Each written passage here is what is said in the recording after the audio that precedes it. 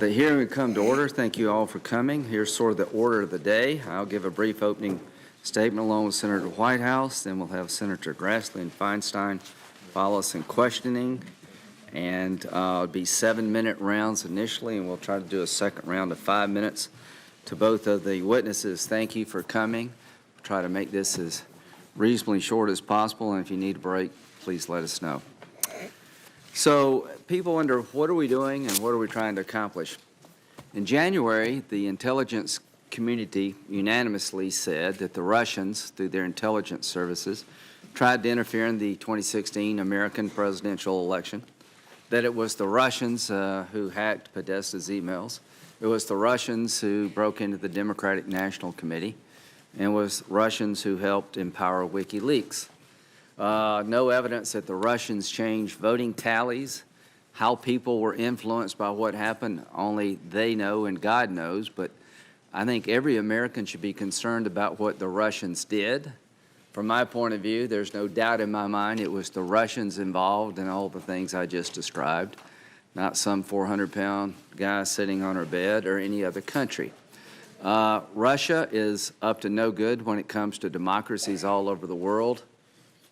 Dismembering the Ukraine, the Baltics are always under siege by Russian interference. So why? We want to learn what the Russians did. We want to find a way to stop them because they're apparently not going to stop until somebody makes them. The hearing that was held last week with Director Comey asked a question, is it fair to say that Russian government's still involved in American politics? And he said yes. So I want House members and senators to know it was the presidential campaign of 2016. It could be our campaigns next. I don't know what happened in France, but somebody hacked into Mr. Macron's account, and we'll see who that may have been. But this is sort of what Russia does to try to undermine democracy. So what are we trying to accomplish here? To validate the findings of the Intelligence Committee as much as possible, and to come up with a course of action as a nation, bipartisan in nature, because it was the Democratic Party of 2016 were the victims. It could be the Republican Party of the future. When one party's attacked, all of us should feel an attack. It should be an Article 5 agreement between both major parties, all major parties, that when a foreign power interferes in our election, doesn't matter who they targeted, we're all in the same boat. Secondly, the unmasking, the 702 program. Quite frankly, when I got involved in this investigation, I didn't know much about it. Director Comey said the 702 program, which allows warrants for intelligence gathering and a vital intelligence tool. I've learned a bit about unmasking, and what I've learned is disturbing. So I don't know exactly all the details of what goes into unmasking an American citizen being incidentally surveilled when they are involved with a foreign agent. I'd like to know more, and I want to make sure that that unmasking can never be used as a political weapon in our democracy. So I'm all for hitting the enemy before they hit us. Intelligence gathering is essential, but I do believe we need to take a look at the procedures involved in 702, particularly how unmasking is requested, who can request it, and what limitations exist, if any, on how the information can be used. So that's why we're here. We're here to find out all things Russia, and the witnesses are determined by the evidence and nothing else. And the 702 reauthorization will come before the Congress fairly soon, and I, for one, have a lot of questions I didn't have before. I've enjoyed doing this with Senator Whitehouse. Senator Feinstein and Grassley have been terrific. Let it be said that the chairman and ranking member of the subcommittee have allowed us to do our job, have empowered us, and have been hands-on, and it's much appreciated. And with that, I'll recognize Senator Whitehouse. Thank you, Chairman Graham, for the important work this subcommittee is doing under your leadership, investigating the threat of Russian interference in our elections. In January, America's intelligence community disclosed that the Russian government, on the orders of Vladimir Putin, engaged in an election influence campaign throughout 2016. In March, FBI Director Comey confirmed that, and I quote him here, the FBI, as part of its counterintelligence mission, is investigating the Russian government's efforts to interfere in the 2016 election, and that includes investigating the nature of any links between individuals associated with the Trump campaign and the Russian government, and whether there was any coordination between the campaign and Russia's efforts. The FBI and the intelligence community's work is appropriately taking place outside the public eye. Our inquiry serves broader aims: to give a thorough public accounting of the known facts, to pose the questions that still need answers, and to help us determine how best to protect the integrity and proper functioning of our government. At the subcommittee's first hearing on March 15th, we heard from expert witnesses about the Russian toolbox for interfering in the politics of other countries. Now we can ask, which of these tools were used against us by the Russians in 2016? Here's a checklist: propaganda, fake news, trolls, and bots. As Clint Watts told the Senate Select Committee on Intelligence in March, Russian state-sponsored media outlets RT and Sputnik in the lead-up to the election, quote, churned out manipulated truths, false news stories, and conspiracies, end quote, providing a weaponized fake news effort openly supporting Donald Trump's candidacy, quoting again, while consistently offering negative coverage of Secretary Clinton.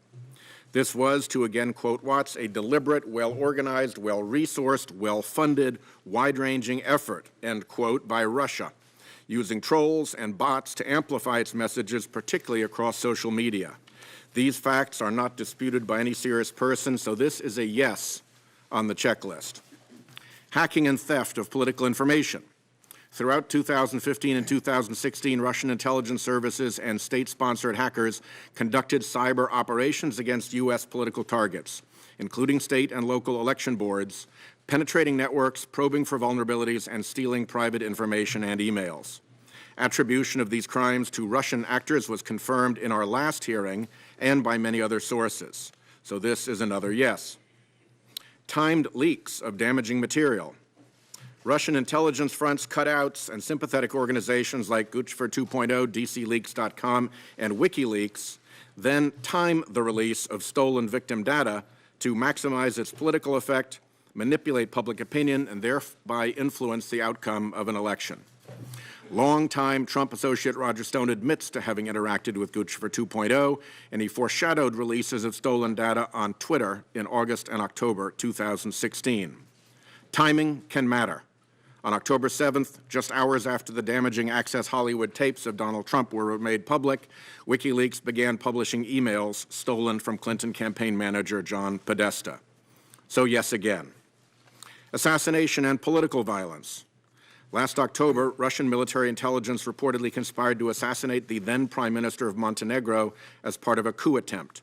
In 2004, former Ukrainian Prime Minister Viktor Yushchenko was disfigured when he was poisoned in a suspected assassination attempt by Russian agents. Russian opposition figures are routinely the targets of state-directed political violence. Vladimir Kara-Murza has survived 2 recent poisonings, while Boris Nemtsov was brazenly murdered near the Kremlin in 2015. Thankfully, we have no evidence of that happening here. Investment control in key economic sectors.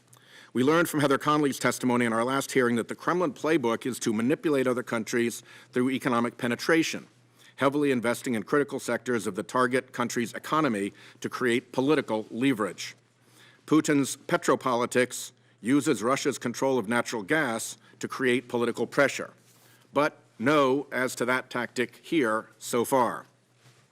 Shady business and financial ties. Russia exploits the dark shadows of economic and political systems. FBI Director Comey testified last week that the United States is becoming the last big haven for shell corporations, where the opacity of the corporate form allows the concealment of criminal funds and can allow foreign money to directly and indirectly influence our political system. Since the Citizens United decision, we've seen unprecedented dark money flow in our elections from 501c4 organizations. We don't know who's behind that dark money or what they're demanding in return. Using shell corporations and other devices, Russia establishes illicit financial relationships to develop leverage against prominent figures through the carrot of continued bribery or the stick of threatened disclosure. How about here? Well, we know that President Trump has long pursued business deals in Russia. He's reported to have done or sought to do business there since the mid-1990s. As he chased deals in Russia throughout the 2000s, he deputized a colorful character named Felix Sater to develop real estate projects there under the Trump name. Sater's family has links to Russian organized crime, and Felix himself has had difficulties with the law.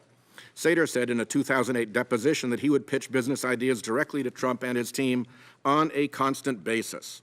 As recently as 2010, Sater had a Trump Organization business card and an office in Trump Tower. Donald Trump Jr. said in September 2008 that he'd made half a dozen trips to Russia in the preceding 18 months, noting that Russian investors were heavily involved in Trump's New York real estate projects. "We see a lot of money pouring in from Russia," he said. One Trump property in Midtown Manhattan had become, within a few years of opening, a prominent depository of Russian money, according to a report in Bloomberg Businessweek. So here, there are still big questions. Of course, President Trump could clarify these questions by releasing his business and personal tax returns. Corrupting and compromising politicians. In testimony before the Judiciary Committee last Wednesday, Director Comey acknowledged that financial leverage has been exploited by Russian intelligence over many decades. Back to the days of Joseph Alsop, they used compromat, or compromising material, to pressure and manipulate targeted individuals with the prospect of damaging disclosures. Has Russia compromised, corrupted, cultivated, or exerted improper influence on individuals associated with President Trump, his administration, his transition team, his campaign, or his businesses? Another big question mark. We know that President Trump has had in his orbit a number of very Russia-friendly figures. In August 2015, Trump first met informally with Michael Flynn, who as director of the Defense Intelligence Agency had developed strong professional relationships with Russian military intelligence. In December of that year, Flynn traveled to Moscow for a paid speaking appearance at an anniversary gala for RT, where he was briefly seated next to Vladimir Putin. Quite a seat for a retired American general. 2 months after that trip, Flynn was reportedly serving as an informal national security advisor to Trump. Trump identified a little-known energy investor named Carter Page as one of his foreign policy advisors. In late March 2016, Page told Bloomberg Politics that friends and associates had been hurt by U.S. sanctions against Russia and that there's a lot of excitement in terms of the possibilities for creating a better situation, end quote. On April 27, 2016, Trump and several of his advisors, including Jeff Sessions, met Sergei Kislyak, Russia's ambassador to the United States, before a campaign speech. The speech, which was hosted by the Center for the National Interest, had been arranged by Trump's son-in-law, Jared Kushner. Kislyak attended the Trump Republican convention, and he told the Washington Post that he had multiple contacts with the Trump campaign, both before and after the election. In the days after the November election, Russia's deputy foreign minister confirmed that his government had communicated with the Trump team during the campaign. And we know Michael Flynn spoke with Ambassador Kislyak on December 29th, the same day President Obama announced punitive sanctions against Russia for its interference in the 2016 election. Trump transition and administration officials thereafter made false statements to the media and the public about the content of Flynn's conversations with Kislyak, apparently as a result of Flynn having misled them. This eventually led President Trump to ask for Flynn's resignation, something I'm hoping Ms. Yates can shed some light on in her testimony today. The President and his administration have yet to take responsibility for or explain these and other troubling Russia links, dismissing facts as fake news and downplaying the significance of individuals involved. More than 100 days into the Trump administration and nearly 2 years since he declared his candidacy for president, only one person has been held accountable for improper contacts with Russia, Michael Flynn. Even then, the Trump administration has maintained that Flynn's communications with the ambassador were not, in fact, improper. He simply lost the confidence of the president. We need a more thorough accounting of the facts. Many years ago, an 18-minute gap transfixed the country and got everybody's attention in another investigation. In this case, we have an 18-day gap between the notification of the White House that a senior official had potentially been compromised and action taken against that senior official's role. At best, the Trump administration has displayed serious errors of judgment. At worst, these irregularities may reflect efforts at compromise or corruption at the hands of Russian intelligence. My sincere hope is that this hearing and those to come will help us find out. Thank you, Chairman. Our two witnesses are well known, and I will be sworn in, but Mr. Clapper, the former Director of National Intelligence, has served his country for decades in uniform and out, and dedicated his life to intelligence gathering, and we appreciate that. Ms. Yates was the former Deputy Attorney General, is well respected by people in the legal profession. Thank you both for coming. If you will please rise. Raise your right hand, please. Do you affirm that the testimony you're about to give this subcommittee is the truth, the whole truth, and nothing but the truth, so help you God?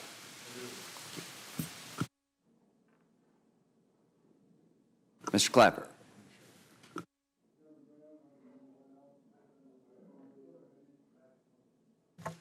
Chairman Graham, Ranking Member White House, and members of the subcommittee, certainly didn't expect to be before this committee or any other committee of the Congress again so soon, since I thought I was all done with this when I left the government. And this is only my first of 2 hearings this week. But understandably, concern about the egregious Russian interference in our election process is so critically serious as to merit focus, hopefully bipartisan focus, by the Congress and the American people. Last year, the intelligence community conducted an exhaustive review of Russian interference into our presidential election process, resulting in a Special Intelligence Community Assessment, or ICA, as we call it. I'm here today to provide whatever information I can, now as a private citizen, on how the intelligence community conducted its analysis, came up with its findings, and communicated them to the Obama administration, to the Trump transition team, to the Congress, and in unclassified form to the American public.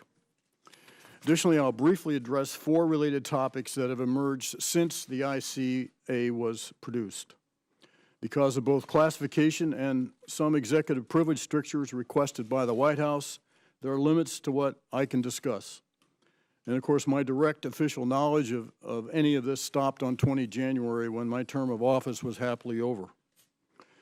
As you know, the IC was a coordinated product from 3 agencies, CIA, NSA, and the FBI, not all 17 components of the intelligence community, those 3, under the aegis of my former office.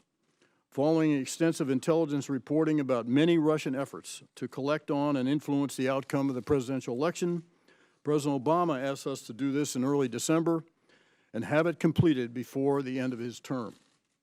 The 24 or so analysts for this task were hand-picked, seasoned experts from each of the contributing agencies.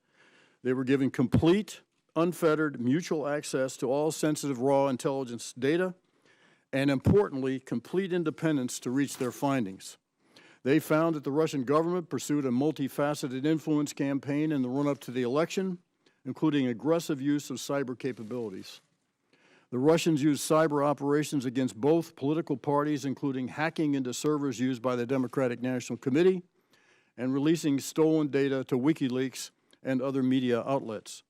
Russia also collected on certain Republican Party-affiliated targets, but did not release any Republican-related data. The intelligence community assessment concluded, first, that President Putin directed an influence campaign to erode the faith and confidence of the American people in our presidential election process.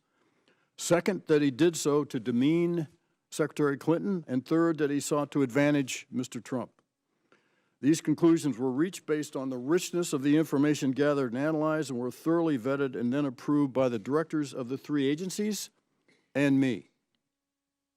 These Russian activities and the resultant assessment were briefed first to President Obama on the 5th of January, then to President-elect Trump at Trump Tower on the 6th, and to the Congress via a series of 5 briefings from the 6th through the 13th of January.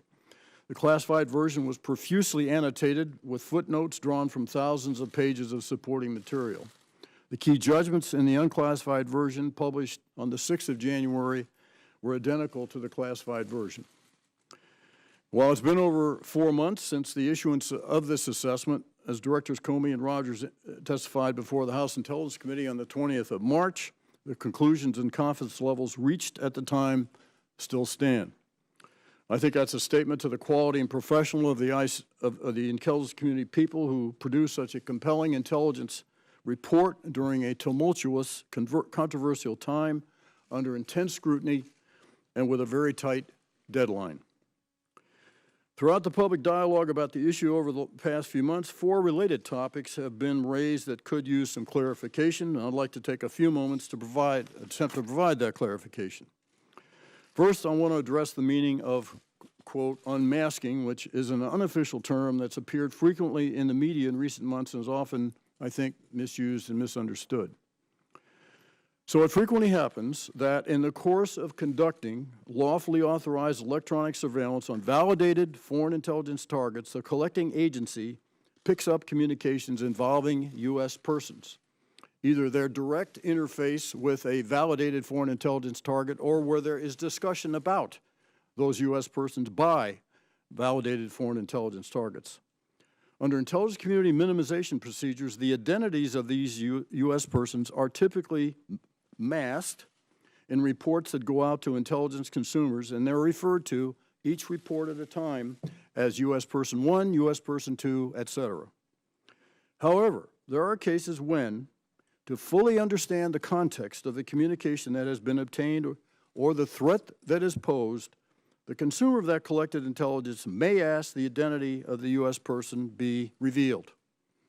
Such requests explain why the unmasking is necessary, and that explanation is conveyed back to the agency that collected the information. It is then up to that agency whether to approve the request and to provide the identity. And if a U.S. person's identity is revealed, that identity is provided only to the person who properly requested it, not to a broader audience. This process is subject to oversight and reporting, and in the interest of transparency, my former office publishes a report on the statistics of how many U.S. persons' identities are unmasked based on a collection that occurred under Section 702 of the FISA Amendment Act, which I'll speak to in a moment. And in 2016, that number was 1,934. On several occasions during my 6.5 years as DNI, I requested the identity of U.S. persons to be revealed. In each such instance, I made these requests so I could fully understand the context of the communication and the potential threat being posed. At no time did I ever submit a request for personal or political purposes or to voyeuristically look at raw intelligence, nor am I aware of any instance of such abuse by anyone else. Second is the issue of leaks. Leaks have been conflated with unmaskings in some of the public discourse, but they are two very different things. An unmasking is a legitimate process that consists of a request and approval by proper authorities, as I've just briefly described. A leak is an unauthorized disclosure of classified or sensitive information that is improper under any circumstance. I've long maintained during my 50-plus year career in intelligence that leaks endanger national security, they compromise sources, methods, and tradecraft, and they can put assets' lives at risk.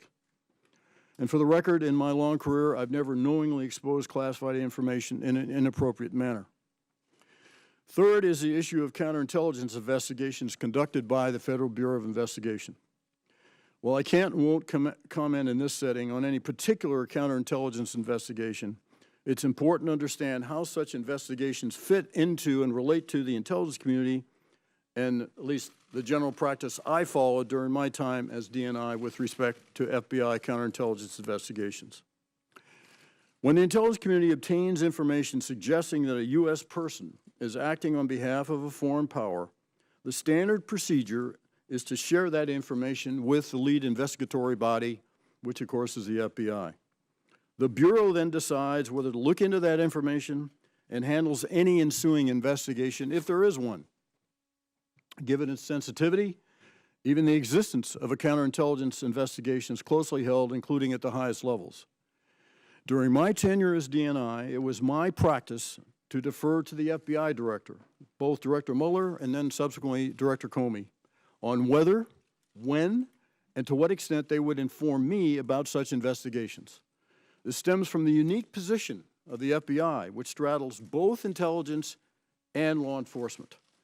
And as a consequence, I was not aware of the counterintelligence investigation Director Comey first referred to during his testimony before the House Permanent Select Committee for Intelligence on the 20th of March, and that comports with my public statements. Finally, I'd like to comment on Section 702 of the Foreign Intelligence Surveillance Act, Amendments Act, as it's called, what it governs and why it's vital. This provision authorizes the Foreign Intelligence Surveillance Court to approve electronic surveillance of non-U.S. person, let me repeat that, non-U.S. person foreign intelligence targets outside the United States. Section 702 has been a tremendously effective tool in identifying terrorists and other threats to us, while at the same time protecting the privacy and civil liberties of U.S. persons. And as Chairman Graham indicated, Section 702 is due for reauthorization by Congress this year. It was renewed in 2012 for 5 years, and it expires on 31 December of this year. With so many misconceptions flying around, it would be tragic for Section 702 to become a casualty of misinformation and for us to lose a tool that is so vital to the safety of this nation. In conclusion, Russia's influence activities in the run-up to the 2016 election constituted the high water mark of their long-running efforts since the 1960s to disrupt and influence our elections. They must be congratulating themselves for having exceeded their wildest expectations with a minimal expenditure of resource. And I believe they are now emboldened to continue such activities in the future, both here and around the world, and to do so even more intensely. If there has ever been a clarion call for vigilance and action against a threat to the very foundation of our democratic political system, this episode is it. I hope the American people recognize the severity of this threat and that we collectively counter it before it further erodes the fabric of our democracy. I'll now turn to my former colleague, Acting Attorney General Sally Yates, for any remarks that she has to make. Microphone. Thank you. Chairman Graham, Ranking Member Whitehouse, and distinguished members of the subcommittee, I'm pleased to appear before you this afternoon on this critically important topic of Russian interference in our last presidential election and the related topics that this subcommittee is investigating. For 27 years, I was honored to represent the people of the United States with the Department of Justice. I began as an assistant United States attorney in Atlanta in the fall of 1989. And like all prosecutors, I investigated and tried cases and worked hard to try to ensure the safety of our communities and that those who violated our laws were held accountable. Over time, through 5 Republican and Democratic administrations, I assumed greater leadership positions within the department. In the U.S. Attorney's Office in Atlanta, I served as chief of the Fraud and Public Corruption Section, as first assistant United States attorney, and then was appointed United States attorney. And then I had the privilege of serving as deputy attorney general for a little over 2 years. And finally, the current administration asked me to stay on as acting attorney general. Throughout my time at the department, I was incredibly fortunate to be able to work with the talented career men and women at the Department of Justice who followed the facts and applied the law with tremendous care and dedication, and who are in fact the backbone of the Department of Justice. And in every step, in every position, from AUSA to acting attorney general, I always tried to carry out my responsibility to seek justice in a way that would engender the trust and the confidence of the people whom I served. I want to thank this subcommittee for conducting an impartial and thorough investigation of this vitally important topic. The efforts by a foreign adversary to interfere and undermine our democratic processes and those of our allies pose a serious threat to all Americans. This hearing and others this subcommittee has conducted and will be conducting in the future are an important bipartisan step in understanding the threat and the best ways to confront it going forward. As the intelligence community assessed in its January of 2017 report, Russia will continue to develop capabilities to use against the United States, and we need to be ready to meet those threats. I sincerely appreciate the opportunity to take part in today's discussion. Now, I want to note that in my answers today, I intend to be as fulsome and as comprehensive as possible while respecting my legal and ethical boundaries. As the subcommittee understands, many of the topics of interest today concern classified information that I cannot address in this public setting. My duty to protect classified information applies just as much as a former official as it did when I led the department. In addition, I'm obviously no longer with the Department of Justice, and I am not authorized to generally discuss deliberations within DOJ or more broadly within the executive branch. particularly on matters that may be the subject of ongoing investigations. I take those obligations very seriously, and I appreciate the subcommittee's shared interest in protecting classified information and preserving the integrity of any investigations that the Department of Justice may now be conducting. I look forward to answering your questions. Thank you. Senator Grassley, would you like to make a statement? I don't want to, but it's okay. Okay. I don't want to. Okay. I've got questions. All right. You'll get to ask them. Senator Feinstein. Thank you very much, Mr. Chairman, and I'll be very brief. We have prepared for the committee, and I'd like to ask the staff to distribute it, a background and timeline on Lieutenant General Michael Flynn and some of the key dates involved, which may be of help to the subcommittee. And I would just like to take this opportunity to thank the subcommittee. Chairman Graham and Ranking Member Whitehouse, I think you've done a good job, and your whole subcommittee has, and so thank you very, very much. I'd just like to make a few comments, if I might, and put all the remarks in the record. I think it is a foregone conclusion about Russia's involvement, and we see it replicated even in the French election, perhaps not to the extent or in the way, but certainly replicated.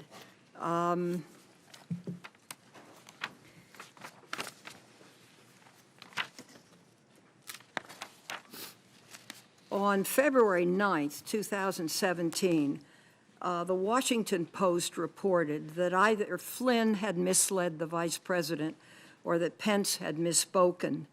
Lieutenant General Flynn resigned his post on February 13th, 4 days after the Post broke this story.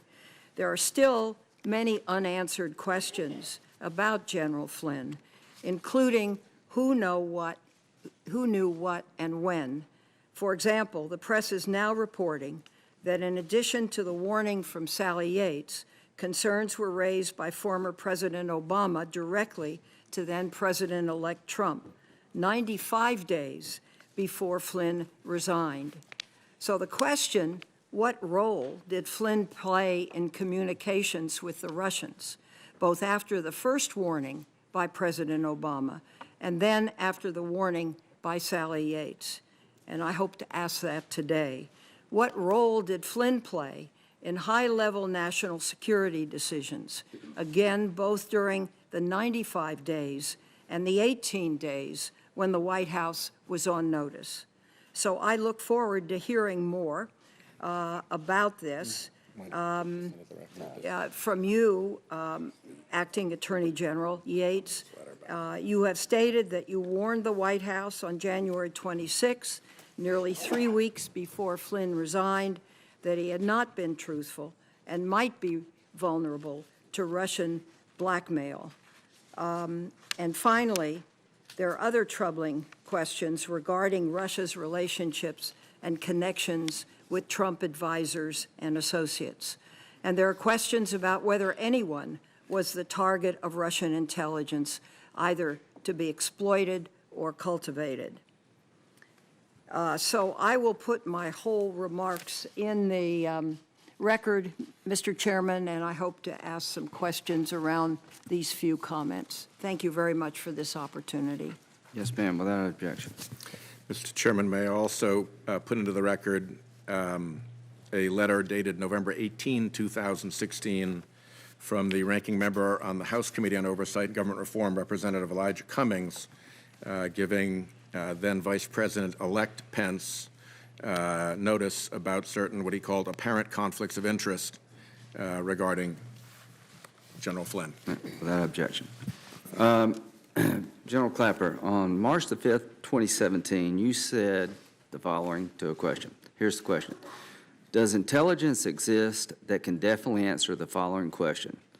Where there were improper contacts between the Trump campaign and Russian officials, you said, we did not include any evidence in our report, and I say our, that's the NSA, the FBI, the CIA, with my office, the Director of National Intelligence, that had anything that had any reflection of collusion between members of the Trump campaign and the Russians.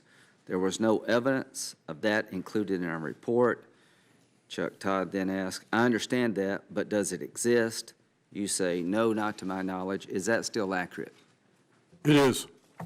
Ms. Yates, do you have any evidence? Are you aware of any evidence that would suggest that in the 2016 campaign, anybody in the Trump campaign colluded with the Russian government or intelligence services in an improper fashion? And Senator, my answer to that question would require me to reveal classified information, and so I can't answer that. Well, I don't get that, because he just said he issued the report, and he said he doesn't know of any. So what would you know that's not in the report? If I may, are you asking me or? No, her. Well, I think that Director Clapper also said that he was unaware of the FBI counterintelligence investigation. Would it be fair to say that the counterintelligence investigation was not mature enough to come to get in the report? Is that fair, Mr. Clapper? That's a possibility. What I don't get is how the FBI can have a counterintelligence investigation suggesting collusion, and you as Director of National Intelligence not know about it, and the FBI sign on to a report that basically said there was no collusion. I can only speculate why that's so. There wasn't the evidence, if there was any, it didn't reach the evidentiary bar in terms of the level of confidence that we were striving for in that intelligence community assessment. Okay, that makes perfect sense to me. Follow up on that. Are you familiar with the dossier about Mr. Trump compiled by some guy in England? I am. Did you find that to be a credible report? Well, we didn't make a judgment on that, and that's one reason why we did not include it in the body of our intelligence community assessment. You didn't find it credible enough to be included? We couldn't corroborate the sourcing, particularly the second, third order sources. Ms. Yates, are you familiar with the dossier? Microphone? If I could try to clarify one answer before as well, because I think, Senator Graham, you may have misunderstood me. You asked me whether I was aware of any evidence of collusion, and I declined to answer because answering would reveal classified information. I believe that that's the same answer that Director Comey gave to this committee when he was asked this question as well. And he made clear, and I'd like to make clear, that just because I say I can't answer it, you should not draw from that an assumption that that means that the answer is yes. Okay, fair And I enough. also think, if I may, sir, that this illustrates what I was trying to get at in my statement about the unique position that the FBI straddles between intelligence and law enforcement. Okay.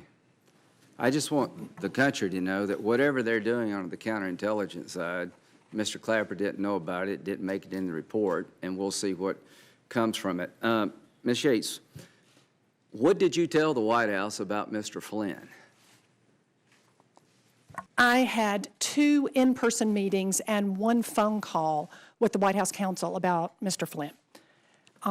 The first meeting occurred on January 26. I called Don McGahn first thing that morning and told him that I had a very sensitive matter that I needed to discuss with him, that I couldn't talk about it on the phone, and that I needed to come see him. And he agreed to meet with me later that afternoon. I took a senior member of the National Security Division who was overseeing this matter with me to meet with Mr. McGahn. We met in his office at the White House, which is a SCIF, so we could discuss classified information in his office. We began our meeting telling him that there had been press accounts of statements from the Vice President and others that related conduct that Mr. Flynn had been involved in that we knew not to be the truth. And as I tell you what happened here, again, I'm going to be very careful not to reveal classified Well, the information. reason you knew it wasn't true is because you had collected some intelligence from an incidental collection system. Is that fair to say? And I can't answer that because that, again, would call me for me to reveal classified Let me information. ask you this. Did anybody ever make a request to unmask the conversation between the Russian ambassador and Mr. Flynn? And again, Senator, I can't answer a question like that Mr. that would Clapper, call do you for know if classified that was information. the case? I don't. And Is there a way to find that out? Well, in another setting, it could be discussed. But there is a record somewhere of who Sure. would make a request to unmask the conversation with General Flynn and the Russian ambassador. Well, If one was made, there'd be a record of it. I can't speak to this specific case, but I can generally comment that in the case of 702 requests, yes, those are all documented. Okay, and I don't mean to interrupt you, but this is important to me. How did the conversation between the Russian ambassador and Mr. Flynn make it to the Washington Post? Well, which one of us are you asking? Ms. Yates? That's a great question. Yeah. All of us I would like thought to- so. would like to know that, and I don't know the answer to that. Yeah. Nor do I know the answer to that. Is it fair to say that if somebody did make an unmasking request, we would know who they were, and we could find out from them who they shared the information with? Is that fair to say? The system would allow us to do what I just described. Well, unmasking requests are not made to the Department of Justice. No, but to the agency who does the collection. That's my understanding, is that, So yes, there there is should a be a record. record somewhere in our system, whether or not an unmasking request was made for the conversation between Mr. Flynn and the Russian ambassador. We should be able to determine if it was made, who made it. Then we can ask, what did they do with the information? Is that a fair statement, Mr. Clapper? Yes. Okay. Now, what did you finish? What'd you tell the White House? Right. So I told them again that there were a number of press accounts of statements that have been made by the Vice President and other high-ranking White House officials about General Flynn's conduct that we knew to be untrue. And we told them how we knew that how we had this information, how we had acquired it, and how we knew that it was untrue. And we walked the White House counsel, who also had an associate there with him, through General Flynn's underlying conduct, the contents of which I obviously cannot go through today because it's classified. But we took them through in a fair amount of detail of the underlying conduct, what General Flynn had done, and then we walked through the various press accounts and how it had been falsely reported. We also told the White House counsel that General Flynn had been interviewed by the FBI on February 24th. Mr. McGahn asked me how he did, and I declined to give him an answer to that. And we then walked through with Mr. McGahn essentially why we were telling them about this. And the first thing we did was to explain to Mr. McGahn that the underlying conduct that General Flynn had engaged in was problematic in and of itself. Secondly, we told him we felt like the Vice President and others were entitled to know that the information that they were conveying to the American people wasn't true. And we wanted to make it really clear right out of the gate that we were not accusing Vice President Pence of knowingly providing false information to the American people. And in fact, Mr. McGahn responded back to me to let me know that anything that General Flynn would have said would have been based, anything that Vice President Pence would have said would have been based on what General Flynn had told him. We told him the third reason is because we were concerned that the American people had misled about the underlying conduct and what General Flynn had done. And additionally, that we weren't the only ones that knew all of this, that the Russians also knew about what General Flynn had done, and the Russians also knew that General Flynn had misled the Vice President and others. Because in the media accounts, it was clear from the Vice President and others that they were repeating what General Flynn had told them, and that this was a problem because not only did we believe that the Russians knew this, but that they likely had proof of this information. And that created a compromise situation, a situation where the national security advisor essentially could be blackmailed by the Russians. Finally, we told them that we were giving them all of this information so that they could take action, the action that they deemed appropriate. I remember that Mr. McGahn asked me whether or not General Flynn should be fired, and I told him that that really wasn't our call, that was up to them, but that we were giving them this information so that they could take action. And that was the first meeting. Thank you, and I'll go to Senator White. One very quick question. Yeah. Are either one of you aware of incidental collection by our intelligence community of any presidential candidate, staff, or campaign during the 2016 election cycle?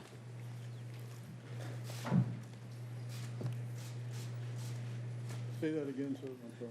Was there any incidental collection where our intelligence community collects information involving a presidential candidate on either side of the aisle during 2015 or 2016? No, not to my knowledge.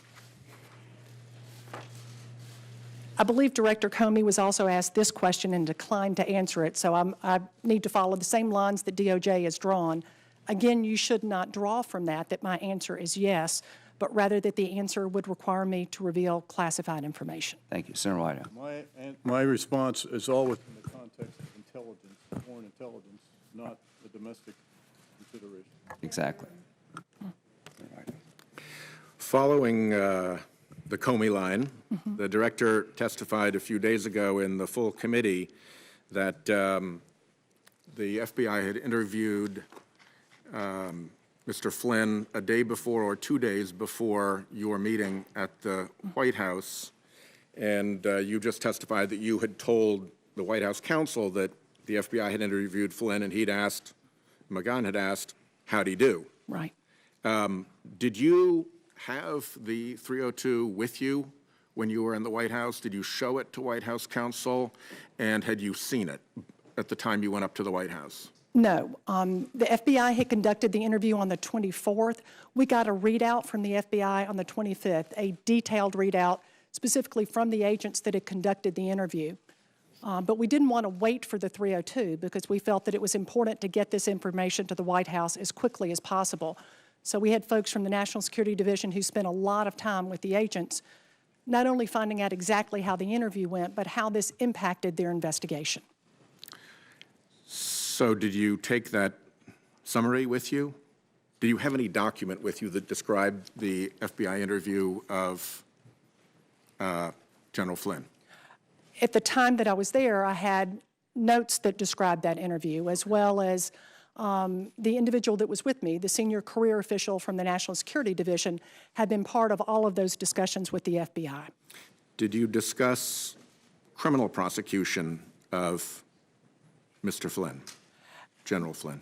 My recollection is that did not really come up much in the first meeting. It did come up in the second meeting when Mr. McGahn called me back the next morning and asked the morning after, this is the morning of the 27th now, and asked me if I could come back to his office. And so I went back with the NSD official, and there were essentially 4 topics that he wanted to discuss there. And one of those topics was precisely that. He asked about the applicability of certain statutes, certain criminal statutes, and more specifically about— This is the second meeting at the White House counsel's office. In his office again? In his office again. With the same 2 individuals? Exactly. On the following day? Right.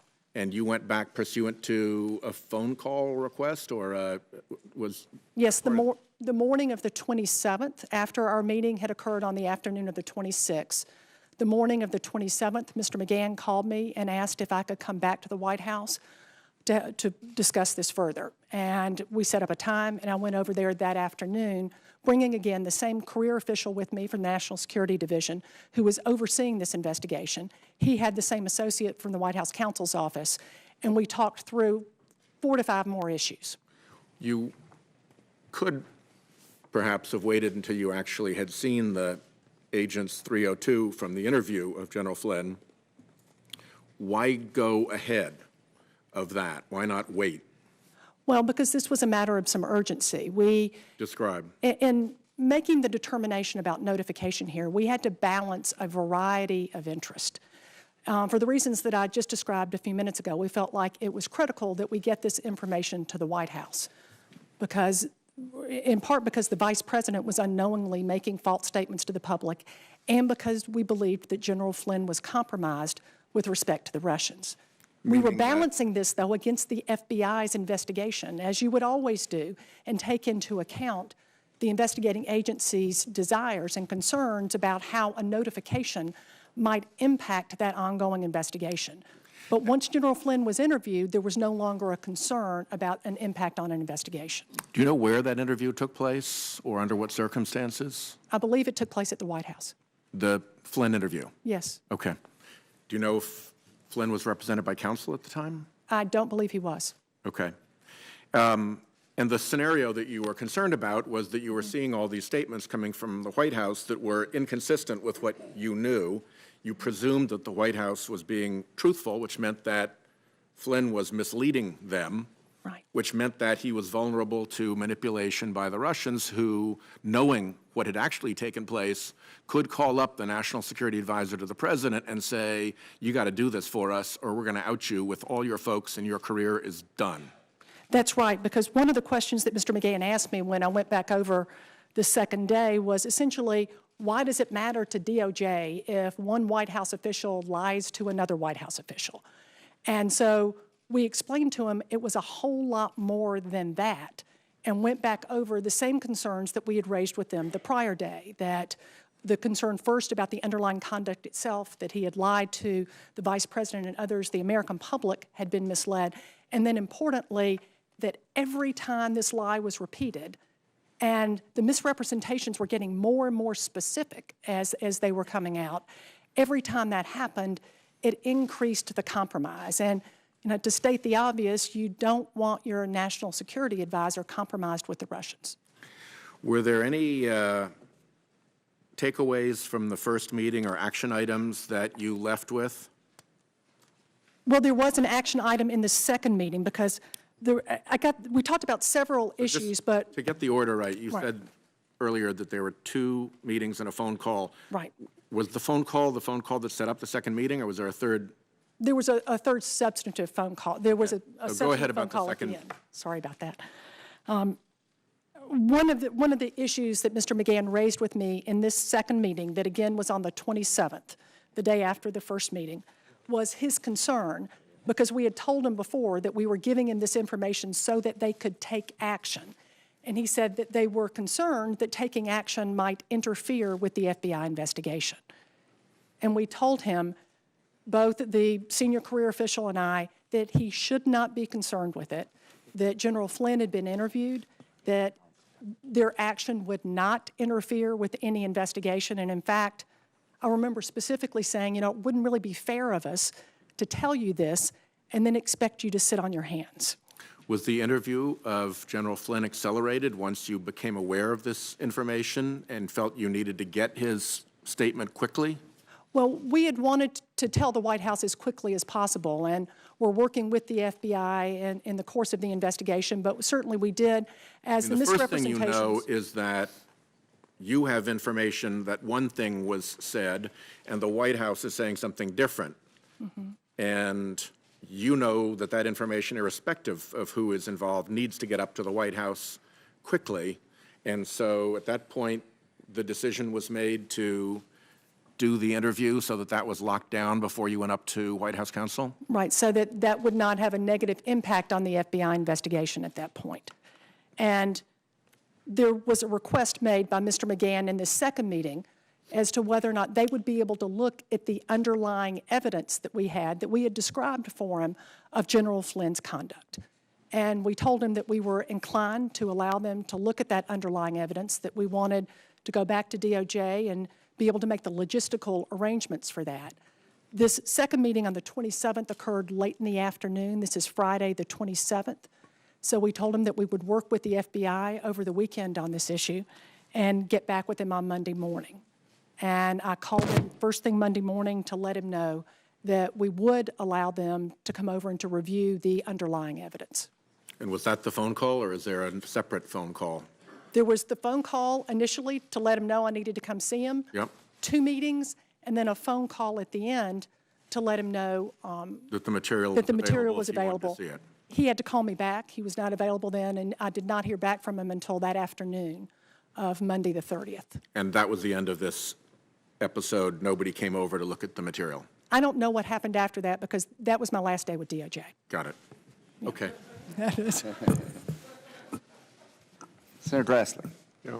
Mr. Clapper, you said that you've never exposed classified information in an inappropriate manner.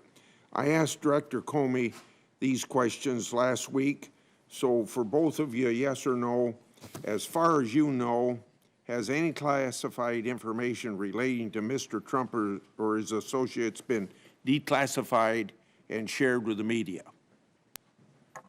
Not to my knowledge. Ms. Yates? Not to my knowledge either. Okay. Next question. Have either of you ever been an anonymous source in a news report about matters relating to Mr. Trump, his associates, or Russians' attempt to meddle in the election? No. Absolutely not. Okay. Third question. Did either of you ever authorize someone else at your respective organizations to be an anonymous source in a news report about Mr. Trump or his associates? No. No. Okay.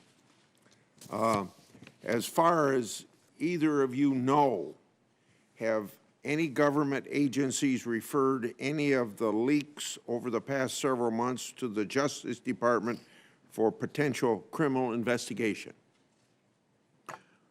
I don't know. As you know, Senator, there is a process for that, for doing that. I don't know if that's happened.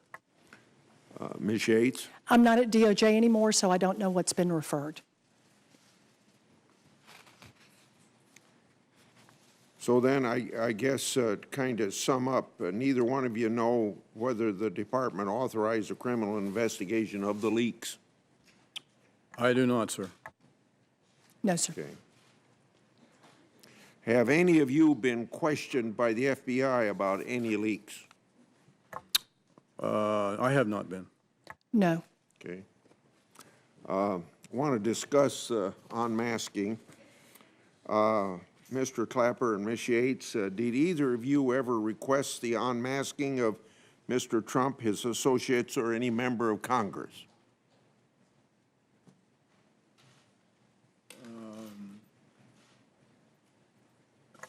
Yes, in one case I did.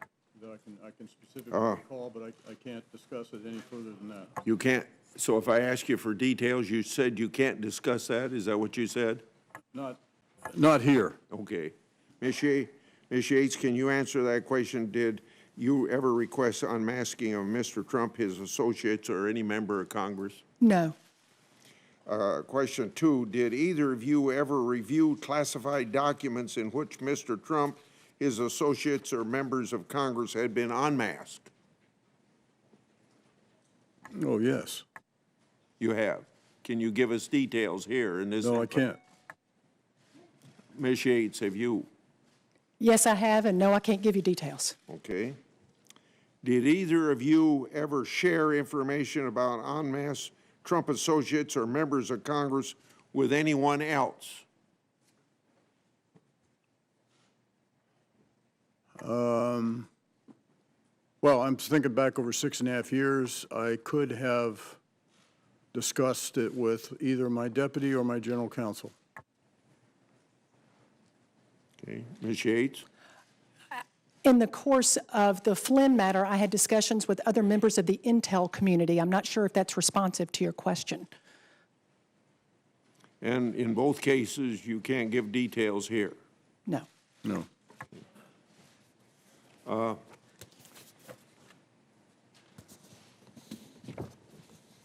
The FBI notified the Democratic National Committee of the Russians' intrusion into their systems in August of 2015. But the DNC turned down the FBI's offer to get the Russians out and refused the FBI access to their servers. Instead, it eventually hired a private firm in the spring of 2016.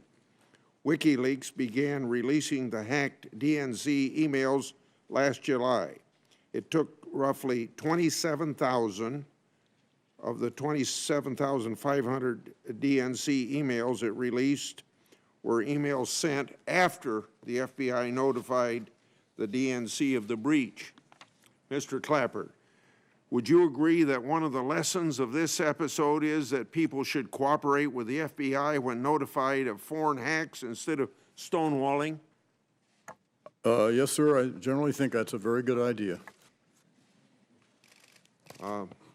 Mr. Clapper, you sent the Russians, or you said the Russians did not release any negative information on Republican candidates.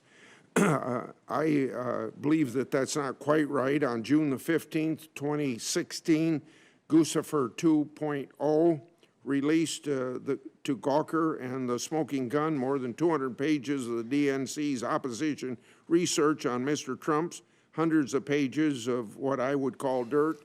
This happened just 2 days after the Wall Street Journal published a plan for Republican convention delegates to revolt to prevent Mr. Trump from securing the nomination. Why wasn't the Russian release of harmful information about Mr. Trump addressed in the Russia report, and was this even evaluated during the review? I would have to consult with the analysts that were involved in the report to definitively answer that. I don't know personally whether they considered that or not. Can you submit that as an answer in writing?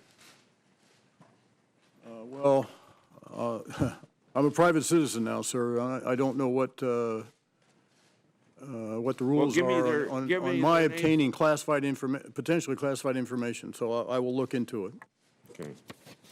Mr. Clapper, you testified that the intelligence community conducted an exhaustive review of Russian interference, and the analysts involved had complete, unfettered access to all sensitive raw intelligence data. Do you have any reason to believe that any agency withheld any relevant information? I don't believe so, with one potential caveat, which is that there is the possibility, again, acknowledging this role that the FBI plays in straddling both intelligence and law enforcement, that for whatever reason, they may have chosen to withhold investigatory sensitive information from the report. I don't know that to be a fact. I was not apprised of that. I'm just suggesting that as a possibility. Okay, my time's up, Mr. Chairman. Thank you. Thank you. Senator Feinstein. Thanks very much, Mr. Chairman. Ms. Yates, I'm not going to ask you anything that deserves a confidential or secure answer, but after your second in-person meeting with Mr. McGahn, you said there were 4 topics he wanted to discuss. Would you list those 4 topics? Sure. The first topic in the second meeting was essentially, why does it matter to DOJ if one White House official lies to another? The second topic related to the applicability of criminal statutes and the likelihood that the Department of Justice would pursue a criminal case. The third topic was his concern that their taking action might interfere with an investigation of Mr. Flynn. And the fourth topic was his request to see the underlying evidence. Were all those topics satisfied with respect to your impression after the second meeting?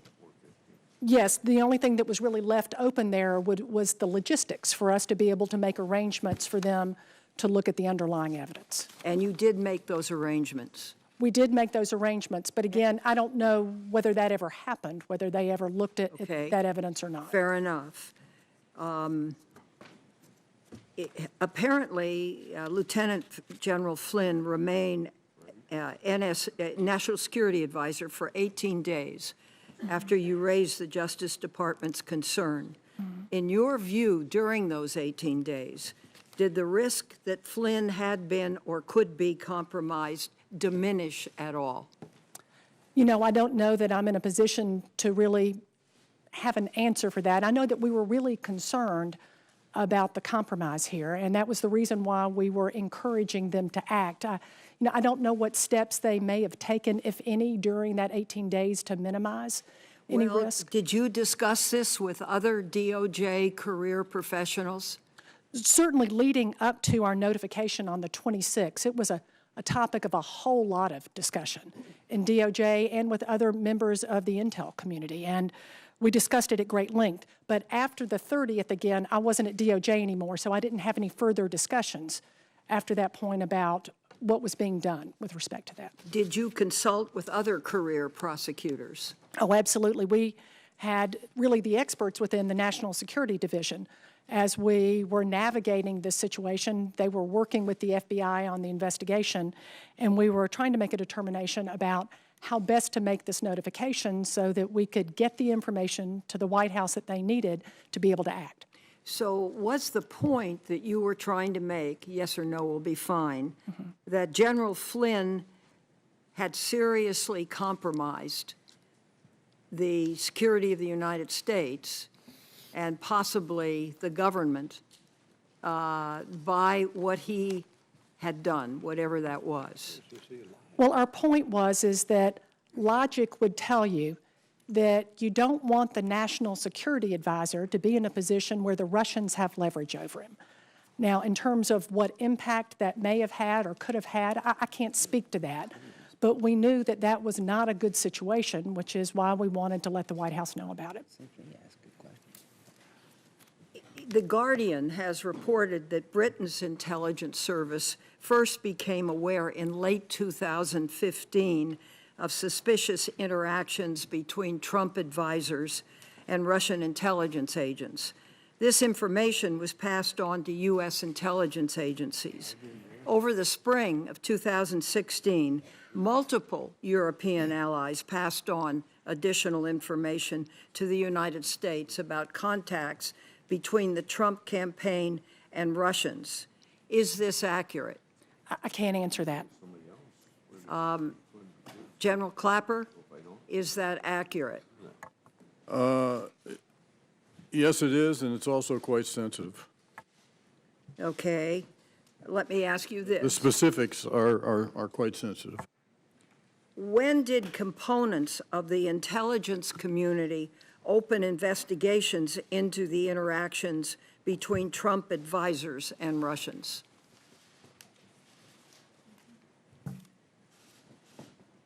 What was the question again, ma'am? I'm sorry. When did components of the intelligence community open investigations into the interactions between Trump advisors and Russians? Well, I can, I referred to Director Comey's statement before the House Intelligence Committee on the 20th of March is when he advised that they'd open an investigation in July of 16.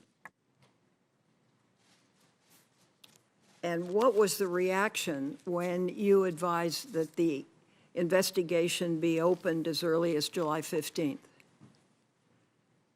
I'm sorry?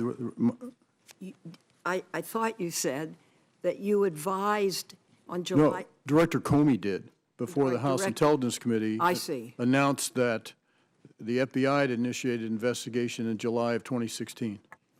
Well, what did the intelligence agencies do with the findings that I just spoke about that The Guardian wrote about? Well, I'm not sure about the accuracy of that article. So clearly, actually going back to 2015, there was evidence of Soviet, or Russian, excuse me, Freudian slip, Russian activity,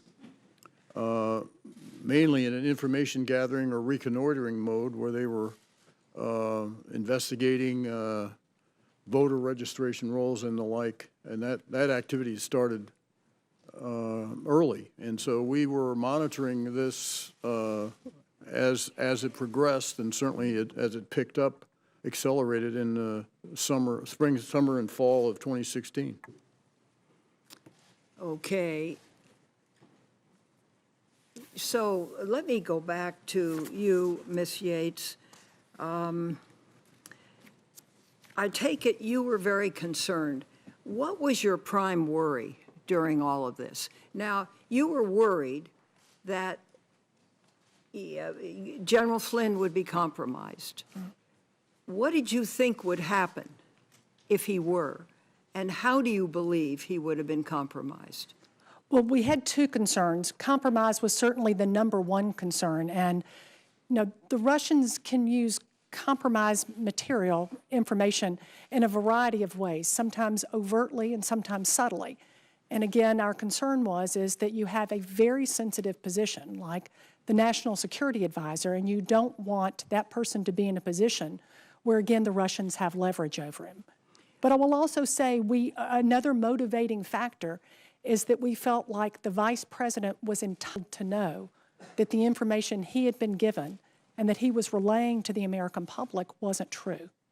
So what you're saying is that General Flynn lied to the Vice President? That's certainly how it appeared, yes, because the Vice President went out and made statements about General Flynn's conduct that he said were based on what General Flynn had told him. And we knew that that just flat wasn't true. Well, as the days went on, what was your view of the situation? Because there were, I guess, 2 weeks before, was it 18 days before Director Flynn was dismissed?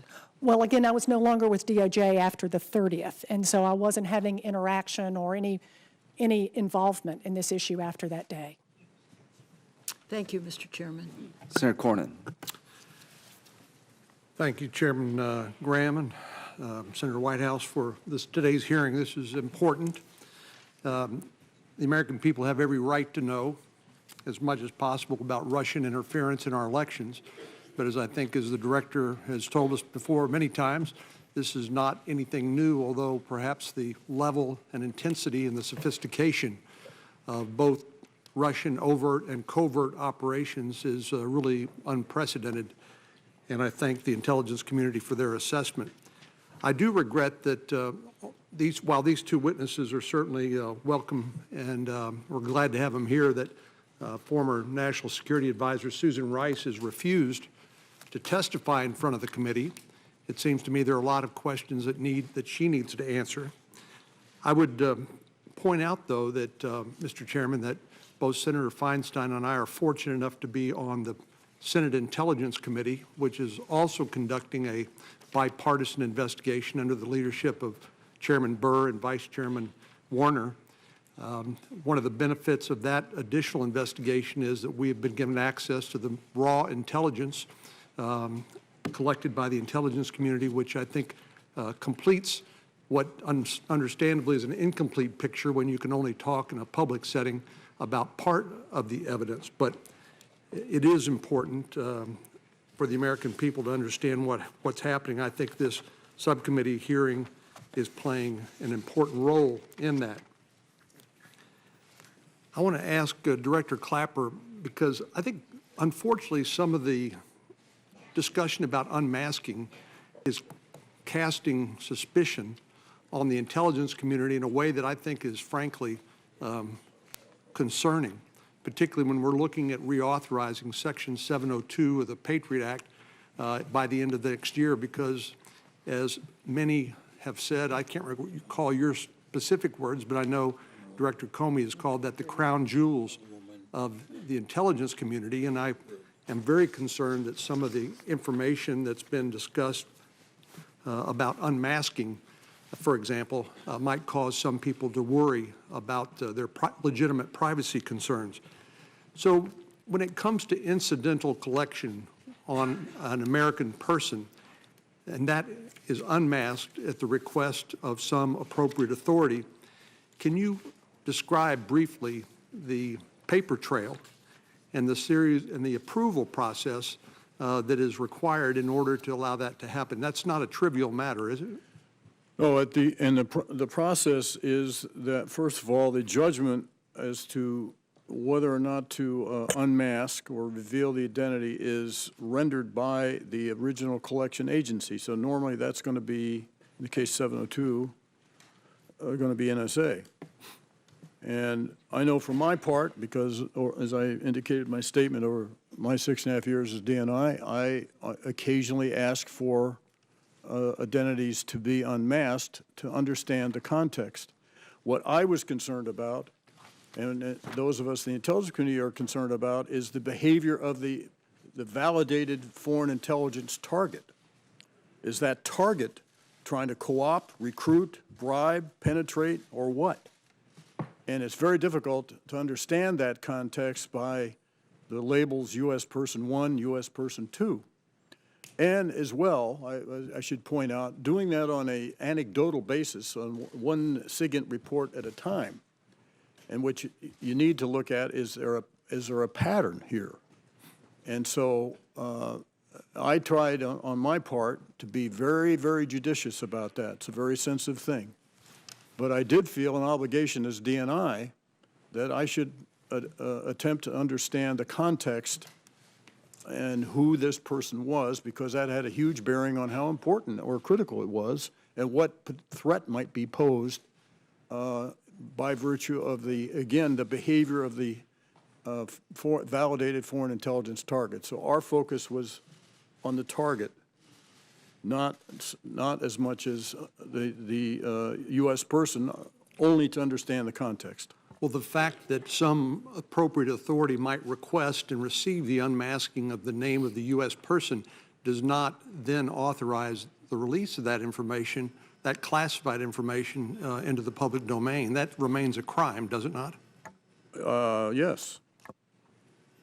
Again, that's why I attempted to clarify in my statement the difference between push the button. That's why in my statement I attempted to make that distinction between unmasking an authorized legitimate process with approval by the appropriate authorities and leaking, which is an unauthorized process under any circumstance. Mr. Chairman, I think it's really important that in order to determine who actually requested the unmasking and in order to establish whether appropriate procedures were undertaken under both legislative oversight and judicial oversight, that we determine what that paper trail is and follow it. Senator Cornyn, if I may, and I have to be very careful here about how I phrase this, but I would just repeat to you the definition of what 702 is used for, Foreign which is intelligence. collection against a non-U.S. person overseas. I don't think you can say that enough, Director Clapper. It's important because people need to understand that Happy to say it again. we are both getting Kinsley Act was necessary not foreign overseas. intelligence to keep the American people safe, but also respecting the privacy rights and the constitutional rights of American citizens. Absolutely. Ms. Yates, this is the first time that you've appeared before Congress since you left the Department of Justice. And I just wanted to ask you a question about your decision to refuse to defend the President's executive order. In the letter that you sent to Congress, you point out that the executive order itself was drafted in consultation with the Office of Legal Counsel, and you point out that the Office of Legal Counsel reviewed it to determine whether, in its view, the proposed executive order was lawful on its face and properly drafted. Is it true that the Office of Legal Counsel did conclude that it was lawful on its face and properly drafted? Yes, they did. The Office And of... you overruled them? I did. The Office of Legal... What is your authority to overrule the Office of Legal Counsel when it comes to a legal determination? The Office of Legal Counsel has a narrow function, and that is to look at the face of an executive order and to determine purely on its face whether there is some set of circumstances under which at least some part of the executive order may be lawful. And importantly, they do not look beyond the face of the executive order. For example, it's statements that are made contemporaneously or prior to the execution of the EO that may bear on its intent and purpose. That office does not look at those factors. And in determining the constitutionality of this executive order, that was an important analysis to engage in and one that I did. Well, Ms. Yates, I thought the Department of Justice had a long-standing tradition of defending a presidential action in court if there are reasonable arguments in its favor, regardless of whether those arguments might prove to be ultimately persuasive, which of course is up to the courts to decide and not you, correct? It is correct that oftentimes, but not always, the civil division of the Department of Justice will defend an action of the President or an action of Congress if there is a reasonable argument to be made. But in this instance, all arguments have to be based on truth because we're the Department of Justice. We're not just a law firm, we're the Department of Justice. And Can in you this distinguish instance, the truth from lawful? yes, because in this instance, in looking at what the intent was of the executive order, which was derived in part from an analysis of facts outside the face of the order, That is part of what led to our conclusion that it was not lawful, yes. Well, Ms. Yates, you had a distinguished career for 27 years at the Department of Justice, and I voted for your confirmation because I believe that you had a distinguished career. But I have to tell you that I find it enormously disappointing that you somehow vetoed the decision of the Office of Legal Counsel with regard to the lawfulness of the President's order and decided instead that you would countermand the executive order of the President of the United States because you happen to disagree with it as a policy matter. Well, it wasn't. I just have to say that. I appreciate that, Senator. And let me make one thing clear. It was not purely as a policy matter. And in fact, I remember my confirmation hearing in an exchange that I had with you and others of your colleagues where you specifically asked me in that hearing that if the President asked me to do something that was unlawful or unconstitutional, and one of your colleagues said, or even just that would reflect poorly on the Department of Justice, would I say no? And I looked at this, I made a determination that I believed that it was unlawful. I also thought that it was inconsistent with the principles of the Department of Justice, and I said no, and that's what I promised you I would do, and that's what I did. I don't know how you can say that it was lawful and say that it was within your prerogative to refuse to defend it in a court of law and leave it for the court to decide. Senator, I did not say it was lawful. I said it was unlawful. Senator Durbin's next, but I have one quick, if you don't mind, Senator Durbin, about how 702 works. You said something, General Clapper, I don't quite understand. Is it unlawful to surveil with a FISA warrant a foreign agent in the United States? No, it's not, but that's another provision. I was Okay. saying what I just 702 want to make does. sure there is a procedure to do that. There is. Okay, Senator Durbin. Go ahead. Just to your point, you said the word overseas. Ambassador Kislyak was not overseas on December 29th, was he? That's correct. Thank you. Thank you, Mr. Chairman. Let me say at the outset, in response to Senator Cornyn, and your conclusion about the unlawful nature of the Muslim travel ban was, of course, a position which was supported by 3 different federal courts that stopped the enforcement of that ban and ultimately led to the President withdrawing that particular travel ban. Is that not true? That's correct. Thank you.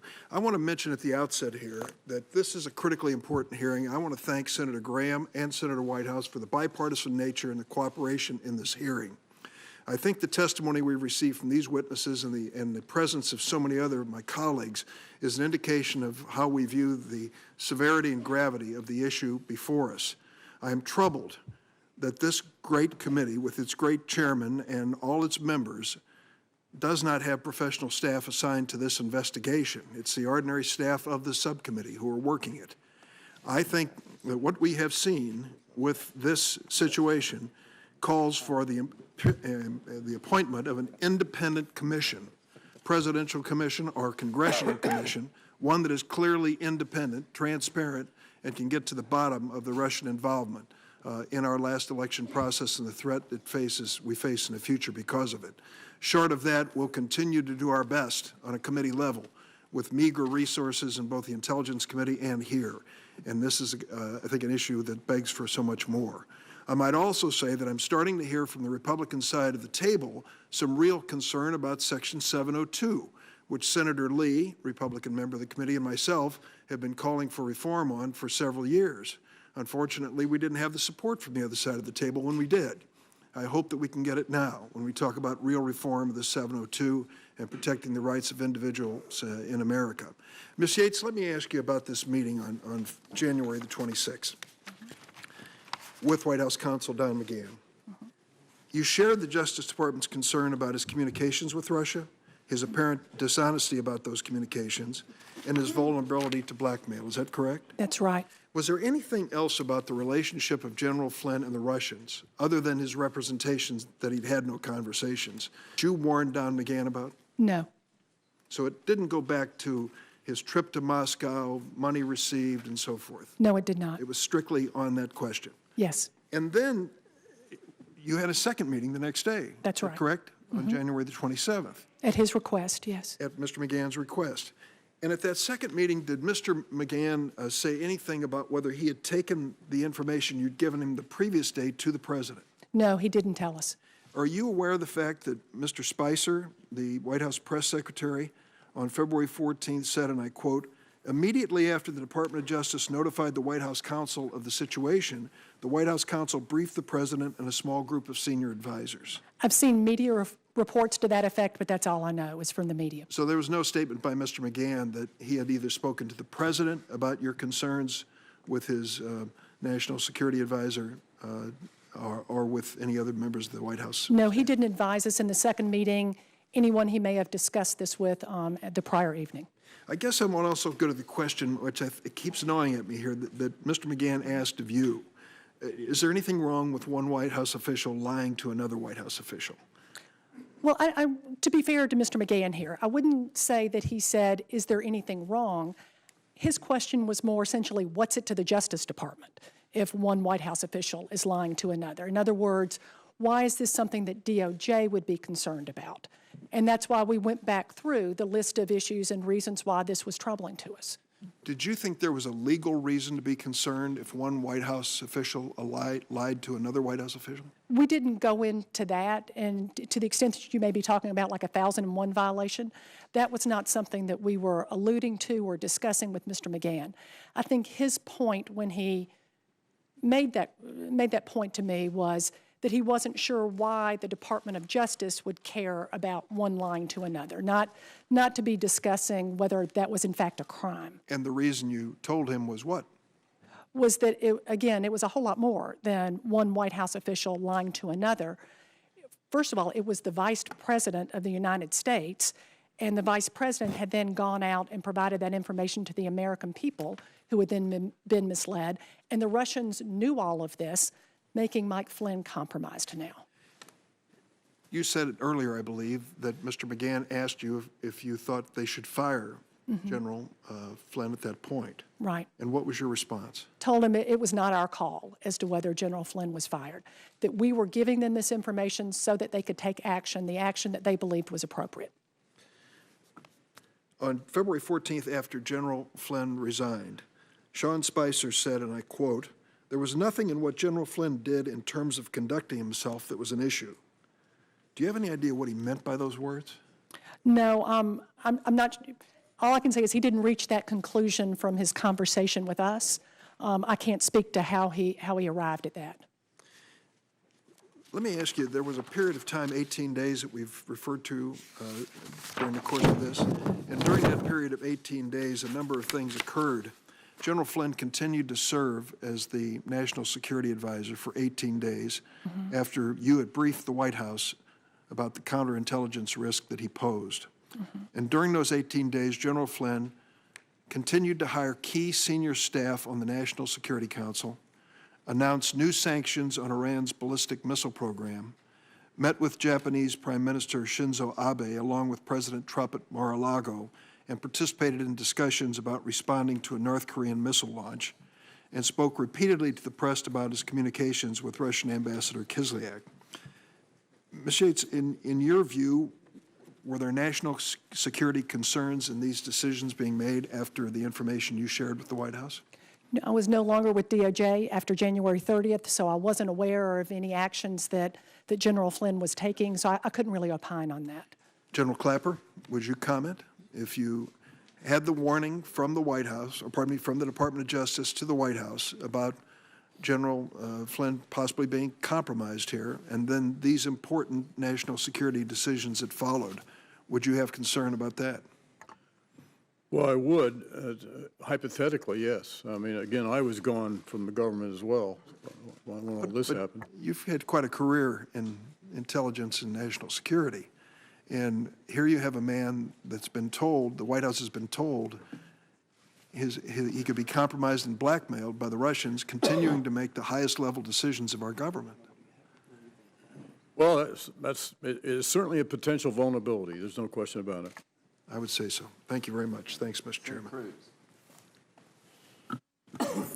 Thank you, Mr. Chairman. Thank you to the witnesses for being here today.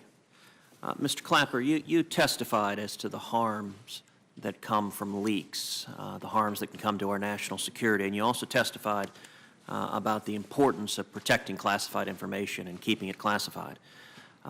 During your many years in intelligence and at the DNI, have you ever knowingly forwarded classified information to a non-government employee on a non-government computer who did not have authorization to receive that information? Not to my recollection, no, sir. And Director Clapper, what would you do at the DNI if you discovered that an employee of yours had forwarded hundreds or even thousands of emails to a non-government individual, their spouse, on a non-government computer? Well, I'm not an investigatory or prosecutorial element, but if I were aware of it, I would certainly make known to the appropriate officials that was going on. Would that strike you as anything ordinary? Hopefully not. What concerns would that raise for you? Well, it raises all kinds of potential security concerns.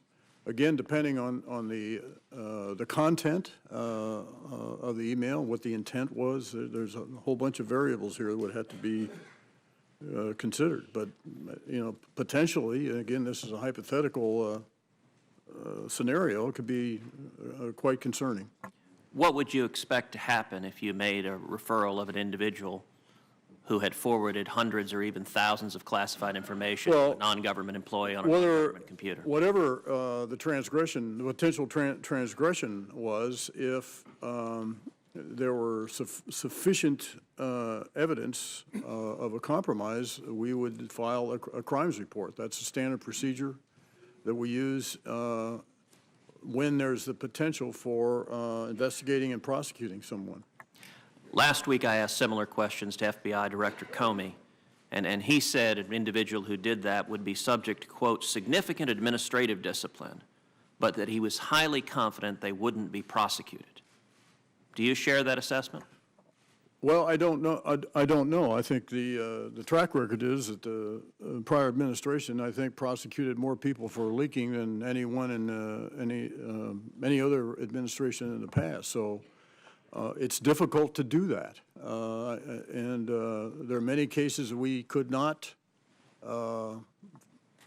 prosecute or even seek a crimes report because the potential audience of people that could have been the perpetrator of these insecurities could not be identified. It is true that other individuals who were not in the direct employ of the Democratic nominee for president were prosecuted for that conduct. Let me shift to a different topic. Director Clapper, you also testified that you're not aware of any intercepted communications of any presidential candidates or campaigns other than the Trump campaign that's been discussed here. Is that correct? Yes, but that's to my knowledge. But prior administrations, prior campaigns, that wouldn't have been visible to me. So I can't say. But in 2016, you're not aware of any other campaigns or candidates? No. And Ms. Yates, same question to you. I'm not aware of any interceptions of the Trump campaign. And are you aware of any intercepted communications of any other candidates or campaigns? No. Okay, because earlier when Chairman Graham had asked you that, I thought you declined to answer, so perhaps I misunderstood that exchange. And I may have misunderstood the question. I thought the question I declined to answer was a different one than that. So I'm glad I got a chance to clear it up. Okay, so you have no information of any interceptions of the Bernie Sanders campaign, the Hillary Clinton campaign, or any other candidate in No. 2016 or campaigns? No. Okay.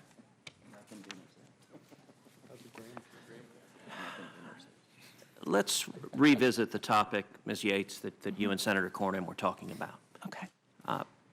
Is it correct that the Constitution vests the executive authority in the President? Yes. And if an Attorney General disagrees with a policy decision of the President, a policy decision that is lawful, does the Attorney General have the authority to direct the Department of Justice to defy the President's order? I don't know whether the Attorney General has the authority to do that or not, but I don't think it would be a good idea, and that's not what I did in this case. Well, are you familiar with 8 U.S.C. Section 1182? Not off the top of my head, no. Well, it is the binding statutory authority for the executive order that you refused to implement and that led to your termination. So it certainly is a relevant and not a terribly obscure statute. By the express text of the statute, it says, quote, whenever the President finds that the entry of any alien or of any class of aliens into the United States would be detrimental to the interests of the United States, he may, by proclamation and for such period as he shall deem necessary, suspend the entry of all aliens or any class of aliens as immigrants or non-immigrants, or impose on the entry of aliens any restrictions he may deem appropriate. Would you agree that that is broad statutory authorization? I would, and I am familiar with that, and I'm also familiar with an additional provision of the INA that says, no person shall receive preference or be discriminated against in issuance of a visa because of race, nationality, or place of birth. That, I believe, was promulgated after the statute that you just quoted. And that's been part of the discussion with the courts with respect to the INA, is whether this more specific statute trumps the first one that you just described. But my concern was not an INA concern here. It rather was a constitutional concern, whether or not this the executive order here violated the Constitution, specifically with the Establishment Clause and equal protection and due process. There is no doubt the arguments you laid out are arguments that we can expect litigants to bring, partisan litigants who disagree with the policy decision of the President.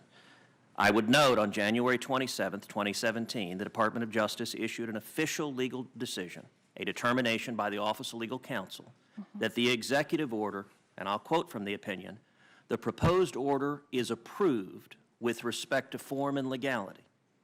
That's a determination from OLC on January 27th that it was legal. 3 days later, you determined, using your own words, that although OLC had opined on legality, it had not addressed whether it was, quote, wise or just.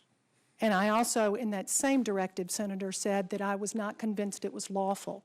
I also made the point that the Office of OLC looks purely at the face of the document and, again, makes a determination as to whether there is some set of circumstances under which some portion of that EO would be enforceable, would be lawful. They importantly do not look outside the face of the document.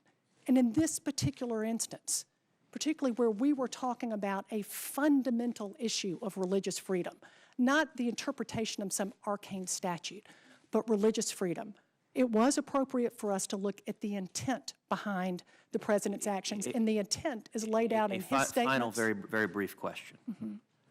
In the over 200 years of the Department of Justice history, are you aware of any instance in which the Department of Justice has formally approved the legality of a policy and 3 days later the Attorney General has directed the Department not to follow that policy and to defy that policy? I'm not, but I'm also not aware of a situation where the Office of Legal Counsel was advised not to tell the Attorney General about it until after it was over. Thank you, Ms. Yates. I would note that might be the case if there's reason to suspect partisanship. Senator Klobuchar. Thank you. I want to thank you very much for your service, Ms. Yates. From beginning to end, your distinguished career as a prosecutor. And I just was putting this timetable together, and I realized that your second meeting, when you went over to the White House to warn them of General Flynn's lying and his connections with Russia, was the same day that this refugee order came out, and it was the same day that you had to leave the Justice Department. So when did you meet with the White House counsel on that day?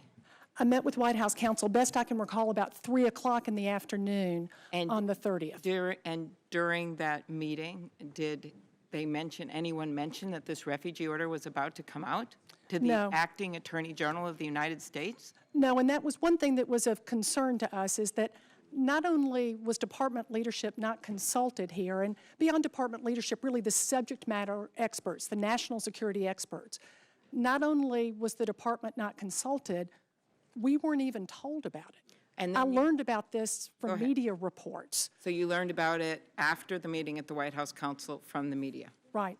And then it's true that during your hearing, then Senator Sessions, now the Attorney General, actually asked you if the views the President wants to execute are unlawful, should the Attorney General or Deputy Attorney General say no? And what did you say? And I said, yes, the Attorney General should. Okay. And then, moving forward here, as was mentioned by Senator Durbin, this order was after a lawsuit from the state of Washington and Minnesota. The court basically challenged the constitutionality of the order. The order is not taken effect, but what I want to get to right now is the fact that the administration then withdrew its request for an appeal of the court ruling blocking implementation of the same order, and then they changed the order that you would not implement. Is that Right, correct? and there were a number of important distinctions between Travel Ban 1 and Travel Ban 2. At the time I had to make my decision, for example, the executive order still applied to green card holders, lawful permanent residents, and those who had visas. There were a number of other distinctions as well. And look, Okay, let me thank you. say one thing if Could I, I want to get on to. Okay, sorry. Go ahead, very quickly. Look, I understand that, you know, people of goodwill and who are good folks can make different decisions about this.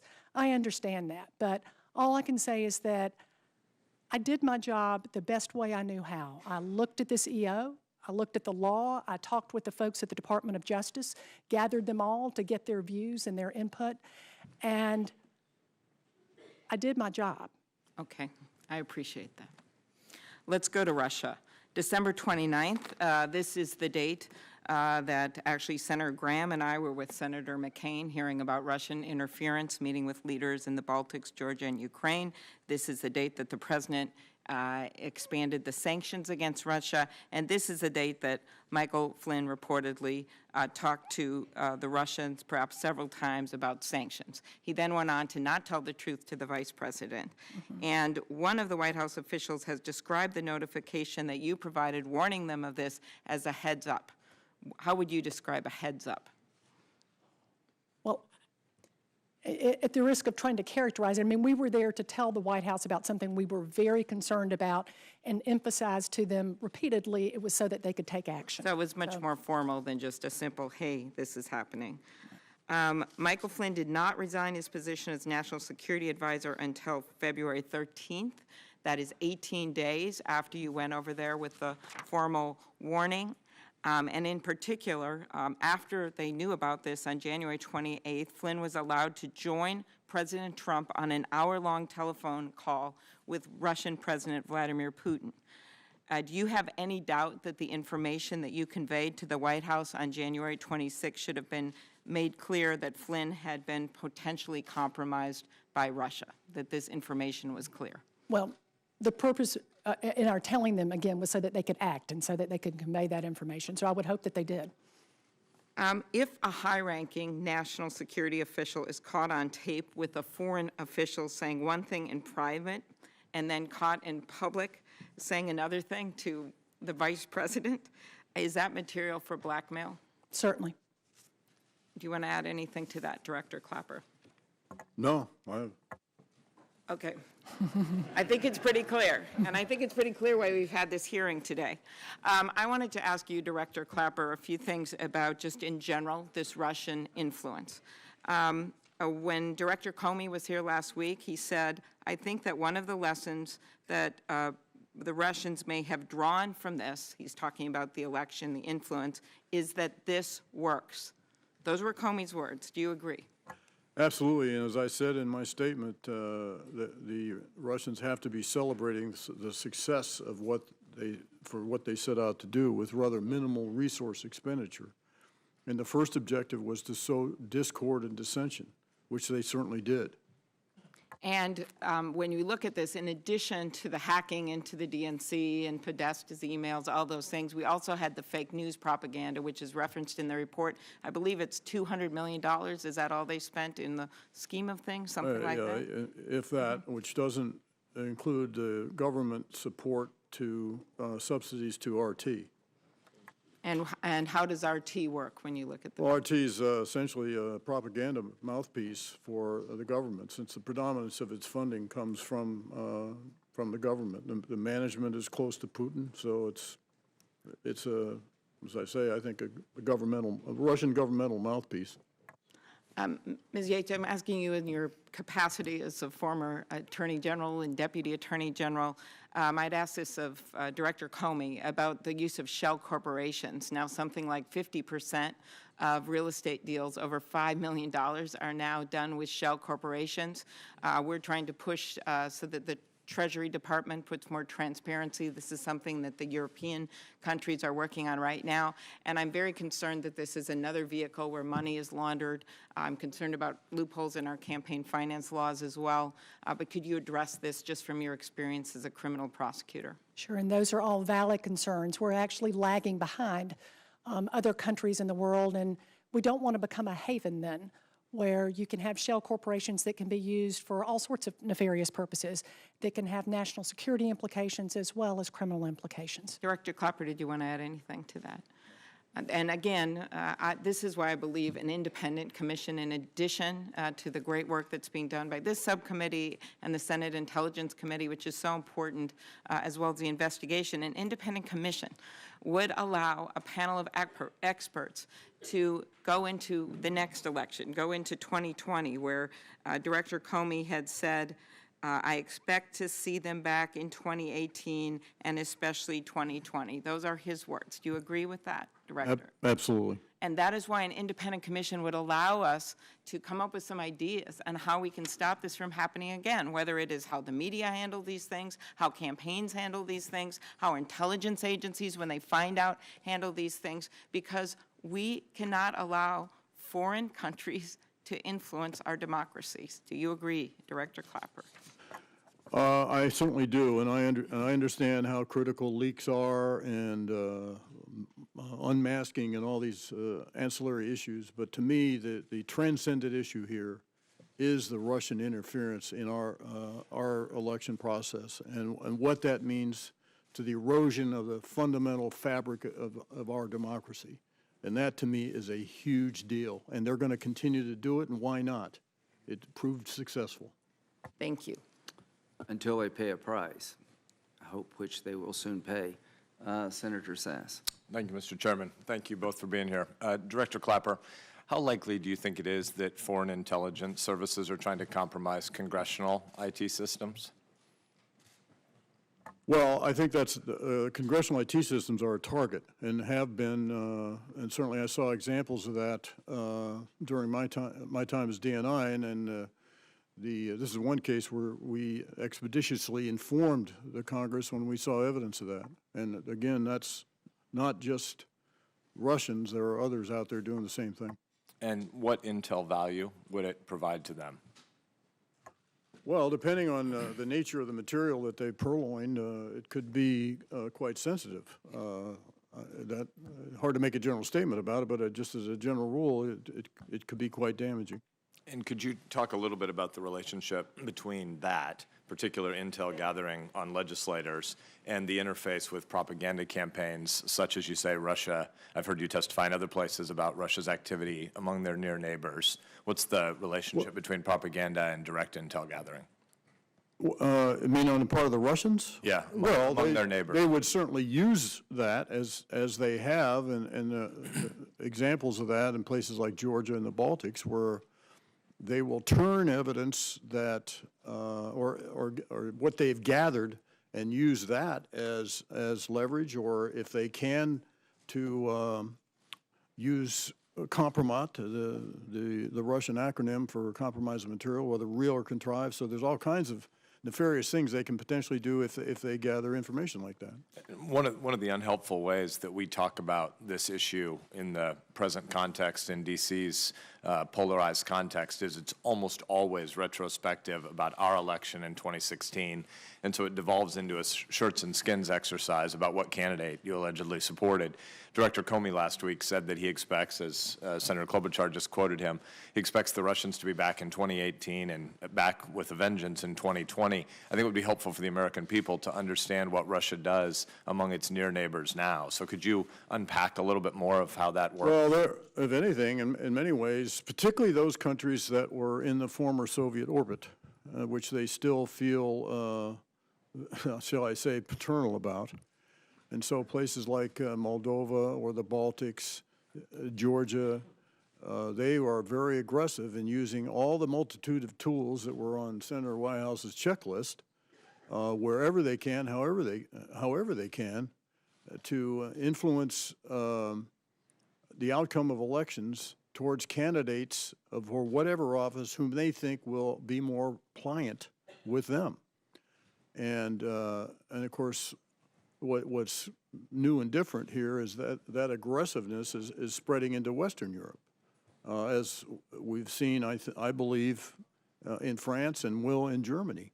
And their relative, in their mind, success at doing this is simply going to reinforce. So all the tools available to them, active propaganda, financing candidates sympathetic to their cause, trolls, hacking, revelations of confidential emails, whatever it is, they'll use that to a fare they will. And could you give us some sense of without revealing classified information, the order of magnitude of their financial investment in these kinds of efforts? If you're a near neighbor of Russia and you've got your Army, Navy, Air Force, Marines, and you might have a little bit of an intel community and a little bit of a sort of intel ops, info ops campaign going, what is the Russian investment? Well, I can't give you a figure. I will say, though, that in comparison to classical military expenditures, it's a bargain for them. And of course, what they're looking for, particularly in Europe, is sow dissension, split unity, and of course, end sanctions. And if they can drive wedges between and among the European nations, and particularly by their manipulating and influencing elections, they're going to do it. Director, do you stand by the IC's January assessment that WikiLeaks is a known propaganda platform for Russia? Absolutely, and I am in agreement with Director Pompeo's characterization of WikiLeaks as a non-nation state intelligence service. Unpack that a little bit more. If that's the case, then you're saying that Julian Assange is not a journalist. You're asking the wrong guy a question like that. Absolutely not. I mean, reasonable people in the American debate are worried when they hear people in the IC talk about something that sounds like it's just information. I'm obviously highly skeptical of Mr. Assange, and I've been pushing the Justice Department to ask why we have not been taking steps to prosecute him for particular crimes that have endangered American intelligence assets. But across the continuum of journalists who are legitimate journalists who are trying to get information to help the American people under our First Amendment be fully informed about the operations of their government.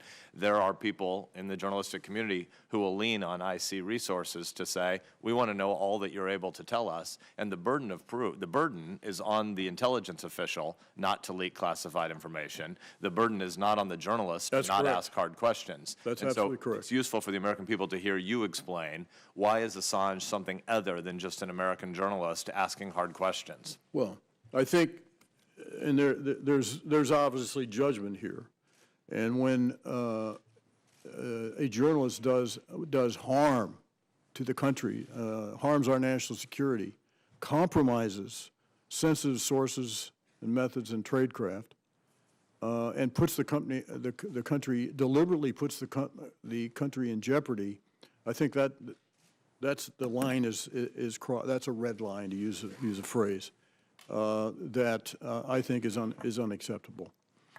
Have any unauthorized disclosures from Assange and WikiLeaks directly endangered Americans and American interests? In the past, yes, absolutely. Thank you. Ms. Yates, I wanted to ask you a couple of questions, but I'm almost at my time, so I'll limit it to one. Could you please explain the bureaucratic process in which concerning information about political appointees would be brought to the attention of the Attorney General? Just give us a few steps in how that process would happen. When you say concerning information, what do you mean? I'm trying to elicit an answer from you that doesn't require you to say that related to Flynn particularly, you can't disclose how this happened. I think it would be useful for the public to understand more generally how information about a political appointee would be brought to the Attorney General from the FBI and other aspects of the intelligence community. Generally, if we discovered information, let's say an investigative agency like FBI, discovered information about a political appointee, they would first get in contact with the relevant division of the Department of Justice that would have jurisdiction over it, whether it's the Criminal Division, the National Security Division, whatever it might be. They would report that information there, and then depending on the seriousness of that information, it would probably make its way to me when I was Deputy Attorney General or then Acting Attorney General. Thank you. Thank you, Senator Graham. I want to thank both of you for your decades of dedicated service in intelligence and law enforcement and for your testimony here today. The question before us is one of really grave consequence, as you suggested in your opening statements, really an existential threat to our democracy, which, if not faced appropriately, will simply encourage increased aggressive actions. The reality is that a foreign adversary intentionally influenced our 2016 presidential election. And our president may not want to confront this, but it is a reality and one that our U.S. intelligence community agreed about with very high confidence. I greatly appreciate Senators Graham and Whitehouse in convening this hearing and in treating this very real threat to our democracy with the seriousness that it deserves. Former Director Clapper, in your opening statement, you suggested that the Russians should be celebrating and that they are likely emboldened because they succeeded beyond their wildest dreams and at minimal cost, and they are likely to continue.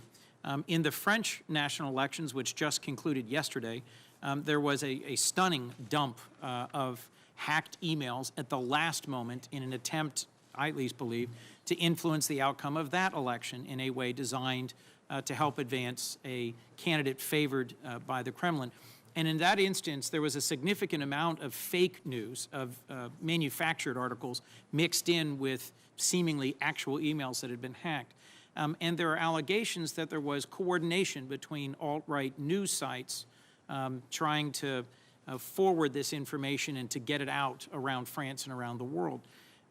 Is that your understanding of what's just happened in France? And more importantly, was there any evidence that you saw of comparable coordination between alt-right news sites and released information in the attempts to influence the 2016 American presidential election?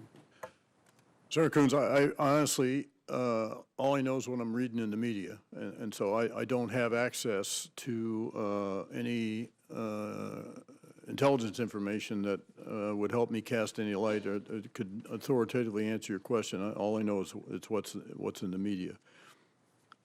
But during the period when you did have regular access to intelligence, did you see any evidence to suggest that the longstanding Russian practice of spreading misinformation and fake news was being amplified by news sites in the United States, and any reason to believe that might have been coordinated or intentional? Well, I don't know about the latter, but I think some news outlets were probably unwitting of that. It certainly went on, but I can't say to what extent that was coordinated intentionally with certain news outlets. And you again, that's kind of in the domestic realm. You said that the Russians will continue this behavior until we impose some significant costs. Could you speak briefly to what sort of actions you think we might take that would deter them from continuing this action? That's a little over my labor grade as an intelligence guy. I thought the sanctions that we did impose, and I was part of that as part of the former administration, were a great first step. Well, I'll simply say that I agree with you, and a bipartisan bill led by my colleague Senator Graham and co-sponsored by 20 senators, Republican and Democrat, would be a terrific next step. Ms. Yates, we've established in the course of these questions that on December 27th and 29th, former National Security Advisor General Flynn discussed sanctions with the Russian ambassador. So when the Trump transition team told the Washington Post on January 13th that sanctions were not discussed, was that false? I understand that there have been news reports to that account, but I can't confirm whether, in fact, those conversations regarding sanctions occurred, because that would require me to reveal classified information. Understood. So I have a whole series of questions about things that would have been untrue. Were that the case, you're not going to be able to answer any of those. Not to the extent that it goes to General Flynn's underlying conduct. I can't address that. Well, then let me move to that, if I might. Sure. On January 24th, you just testified that National Security Advisor Flynn was interviewed by the FBI about his underlying conduct, and that that underlying conduct was problematic because it led to the conclusion the Vice President was relying on falsehoods. What was that underlying conduct? And are you convinced that the former National Security Advisor was truthful in his testimony to the FBI in January 24? Again, I hate to frustrate you again, but I think we're going to have to, because my knowledge of his underlying conduct is based on classified information, and so I can't reveal what that underlying conduct is. It's why I had to do sort of an artificial description here of events without revealing that conduct. I understand that. On January 27th, you just testified that you discussed with White House Counsel McGahn 4 different topics, and one of them included the possibility of criminal prosecution of the former National Security Advisor and what would the applicable statutes be. What applicable statutes did you discuss? And in your conclusion, should the National Security Advisor face criminal prosecution? Senator Coons, I'm going to strike out here, because if I identify the statute, then that would be insight into what the conduct was. And look, I'm not trying to be hyper-technical here. I'm trying to be really careful that I observe my responsibilities to protect classified information. And so I can't identify the statute. Okay. Do you believe the administration took your warnings seriously when you made this extraordinary effort to go to the White House and in-person brief the White House counsel on the 26th and 27th? Do you think they took appropriate steps with regards to General Flynn as the National Security Advisor, given that he remained a frequent participant in very high-level national security matters for 2 weeks? Well, certainly in the course of the meetings, both on the 26th and 27th, Mr. McGahn certainly demonstrated that he understood that this was serious. So he did seem to be taking it seriously. I don't have any way of knowing what, if anything, they did. If nothing was done, then certainly that would be concerning. So you don't know whether they took any steps to restrict his access to classified information, to investigate him further, up and until the Washington Post published information that made it clear that he had been lying to the Vice President? No, again, I was gone after the 30th, and so I wouldn't know if any steps had been communicated to the Department of Justice, but I was not aware of any, no. Had you not been summarily fired, would you have recommended to the White House counsel that they begin further investigations into the National Security Advisor, or that they restrict his access to sensitive and classified information? Well, it's a bit of a hypothetical. Had I remained at the Department of Justice, and if I were under the impression that nothing had been done, then yes, I would have raised it again with the White House. Thank you, Ms. Yates. Thank you, Mr. Clapper. Ms. Yates, Dr. Clapper, thank you both for your years of service to the American people. Ms. Yates, I want to start with you. You declined to support, to defend President Trump's executive order because you thought it was unconstitutional. Is that correct? That's correct, yes. Okay. And you believe you believe that no reasonable argument could be made in its defense. Is that correct? Well, I don't know that I would put it in that way, Senator. This was the analysis that we went through. Okay. Let me stop you, because I've got a whole bunch of questions. Okay. I just want to understand your thinking from my perspective. Sure. Did you believe then that there were reasonable arguments that could be made in its defense? I believed that any argument that we would have to make in its defense would not be grounded in the truth. Because to make an argument in its defense, we would have to argue that the executive order had nothing to do with religion, that it was not done with an intent to discriminate against Muslims. Okay. And So based on a you were variety of You were looking factors. at intent? Yes, and I believe that that's the appropriate analysis. And in fact, that's been borne out in several court decisions since that time, that that's the appropriate analysis when you're doing a constitutional analysis. It's to look to see, what are you trying to accomplish here? Okay. Suppose instead of an executive order, this had been an act of Congress, would you have refused to defend it? If it were the same act, yes. And in fact, the Department of Justice has done that in the past. For example, with DOMA, the Right. Defense of Marriage Act, when the Department of Justice refused to defend DOMA. But that was a political decision, was it not? Well, I wasn't at Main Justice at that time, so I can't speak to that, but that was another example of when DOJ did not defend the constitutionality of a statute in that sense. But in your opinion, the executive order is unconstitutional? I certainly was not convinced that it was constitutional, and given that I wasn't in the import of this, I couldn't in good conscience send Department of Justice lawyers in to defend it. Well, I want to be sure I understand. Do you believe it's constitutional or unconstitutional? I believed I was not convinced that it was constitutional.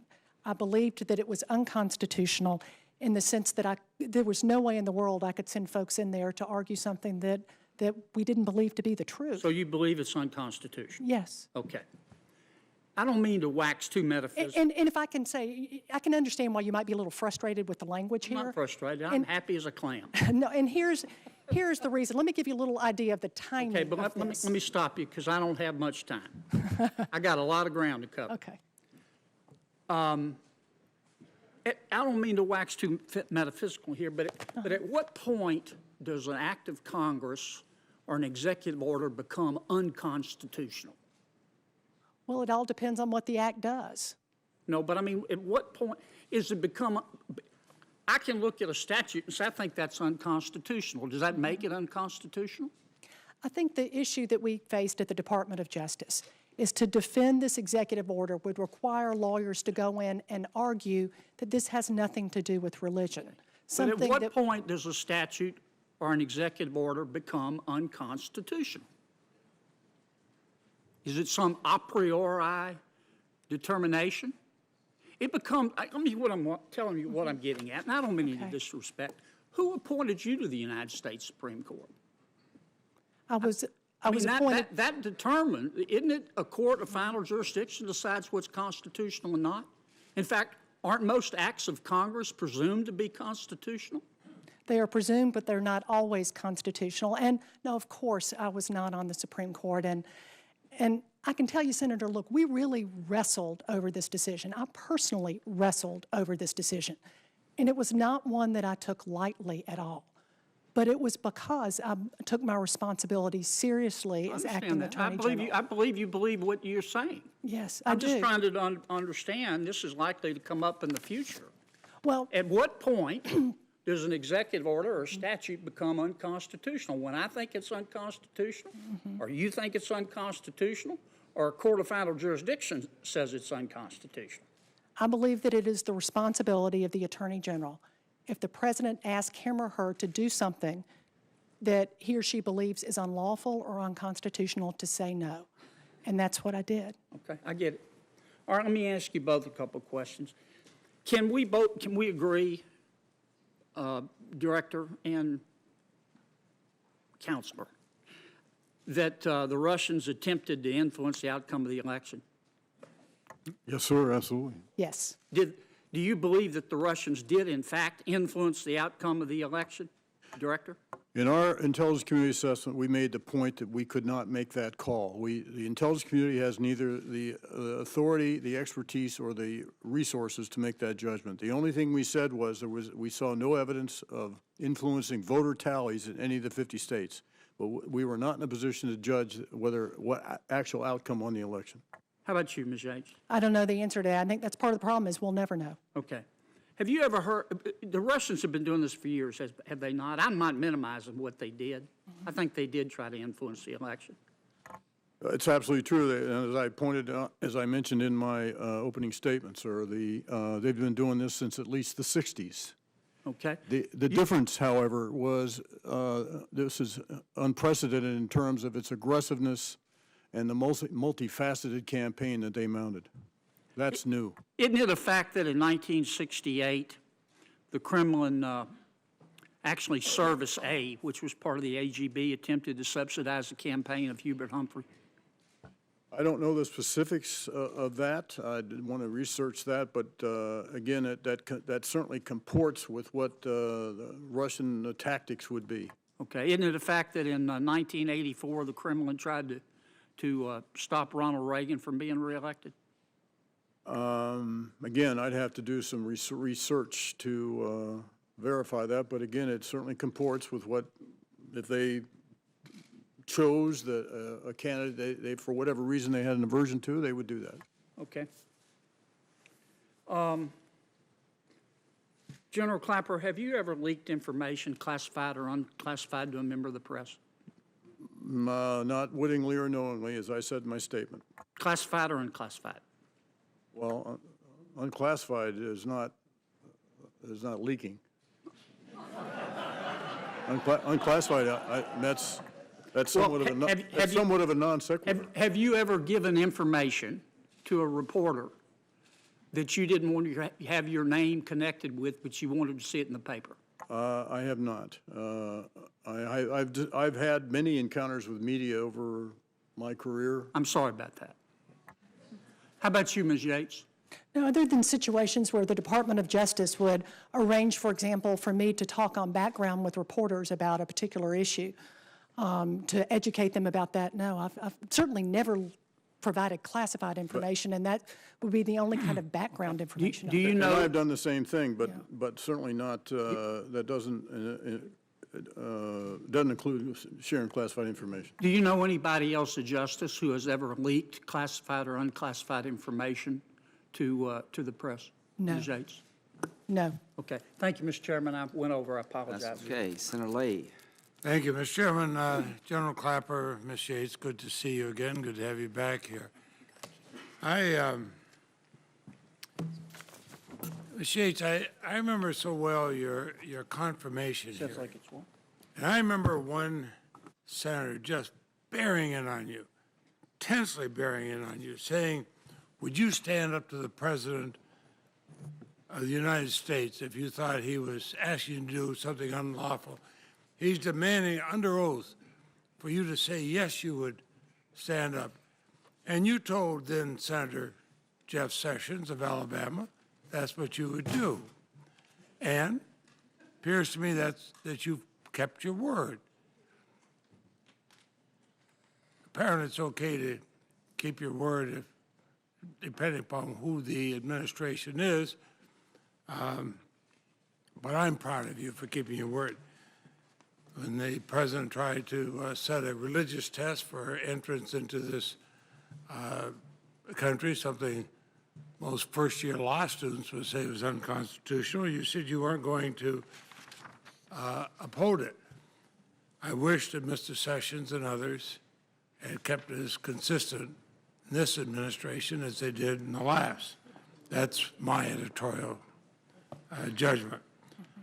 Now, you wrote to the Justice Department, I am responsible for ensuring that the positions we take in court remain consistent with this institution's solemn obligation to always seek justice and stand for what is right.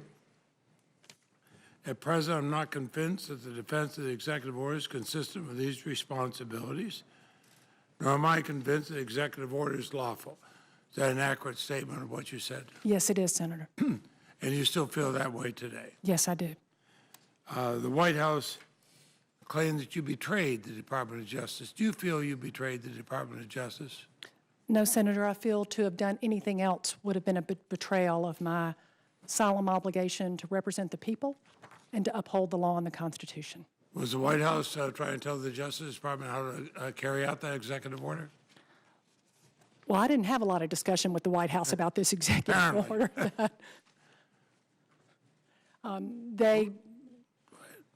I'm sorry, sir, I don't entirely understand the question. No, but I mean, did anybody from the White House try to direct the Justice Department how they should respond on that executive order?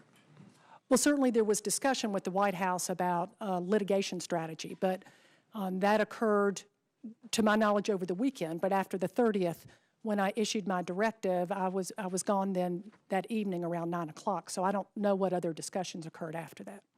Well, one, I applaud you for keeping your word to then Senator Sessions, who apparently has a different standard as Attorney General. FBI Director Comey testified before this committee. He was told why he appointed special counsel to investigate the Valley Plane leak back in 2003. He was Deputy Attorney General.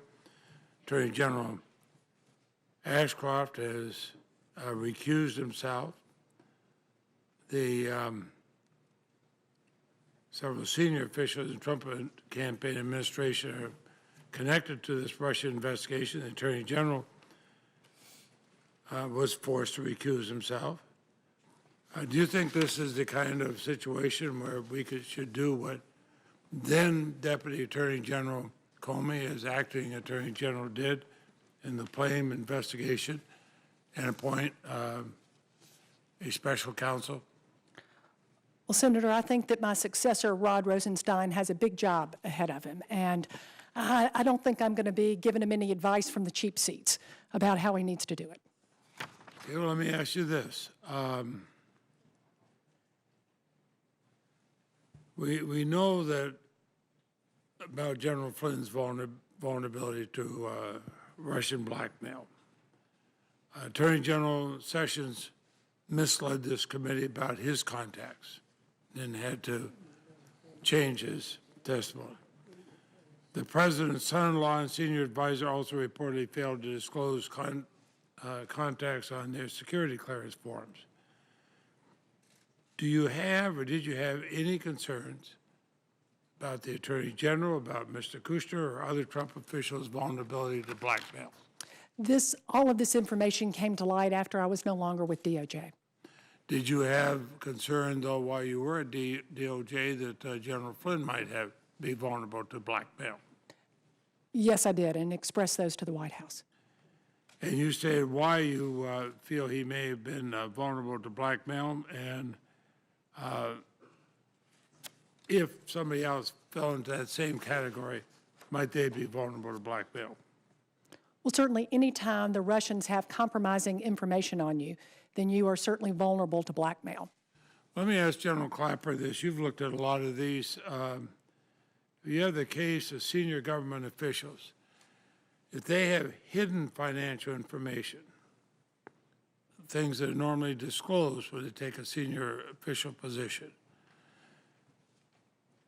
is that an area where they could be blackmailed if it's discovered? Yes, it is, of course. And is it your experience that the Russians search for that kind of thing? Absolutely. You?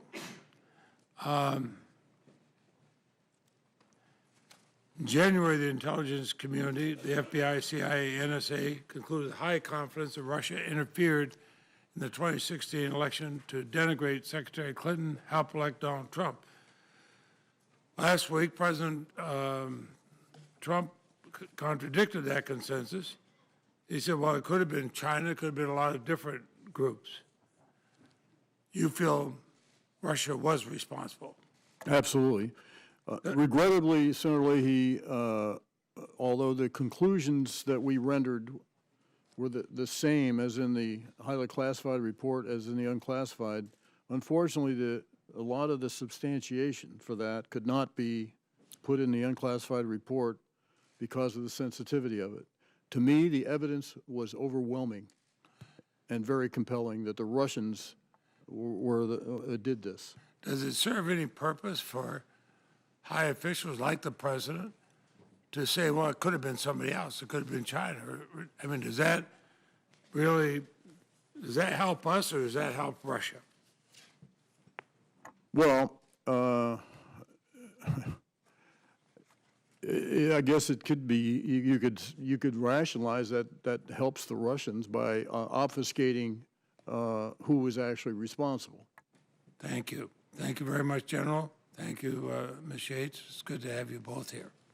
Senator Franken. Thank you, Mr. Chairman. I want to thank both you and the ranking member for this hearing and these hearings.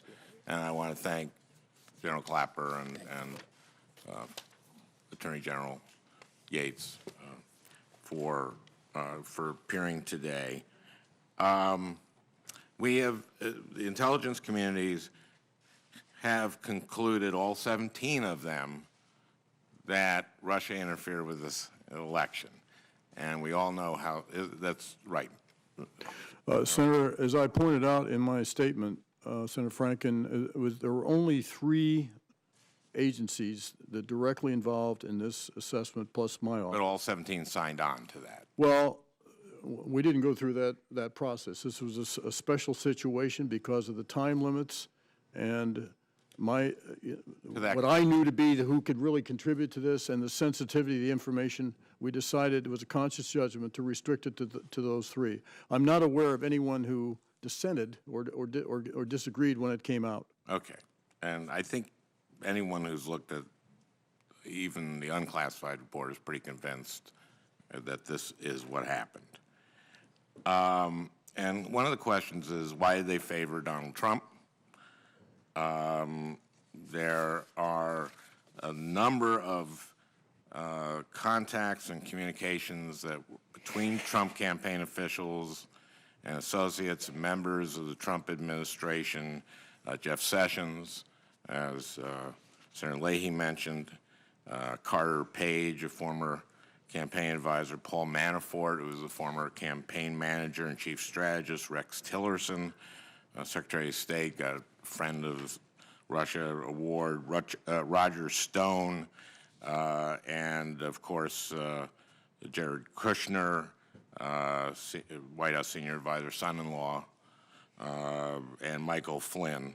That's a lot in my mind.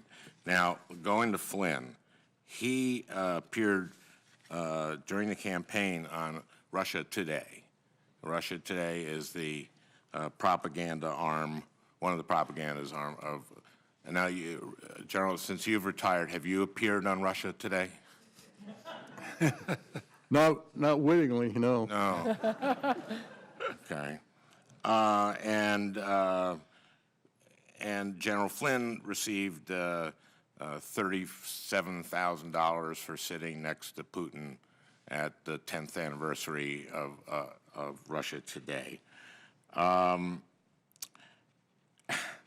It seems, all this seemed very odd to me and raised a lot of questions.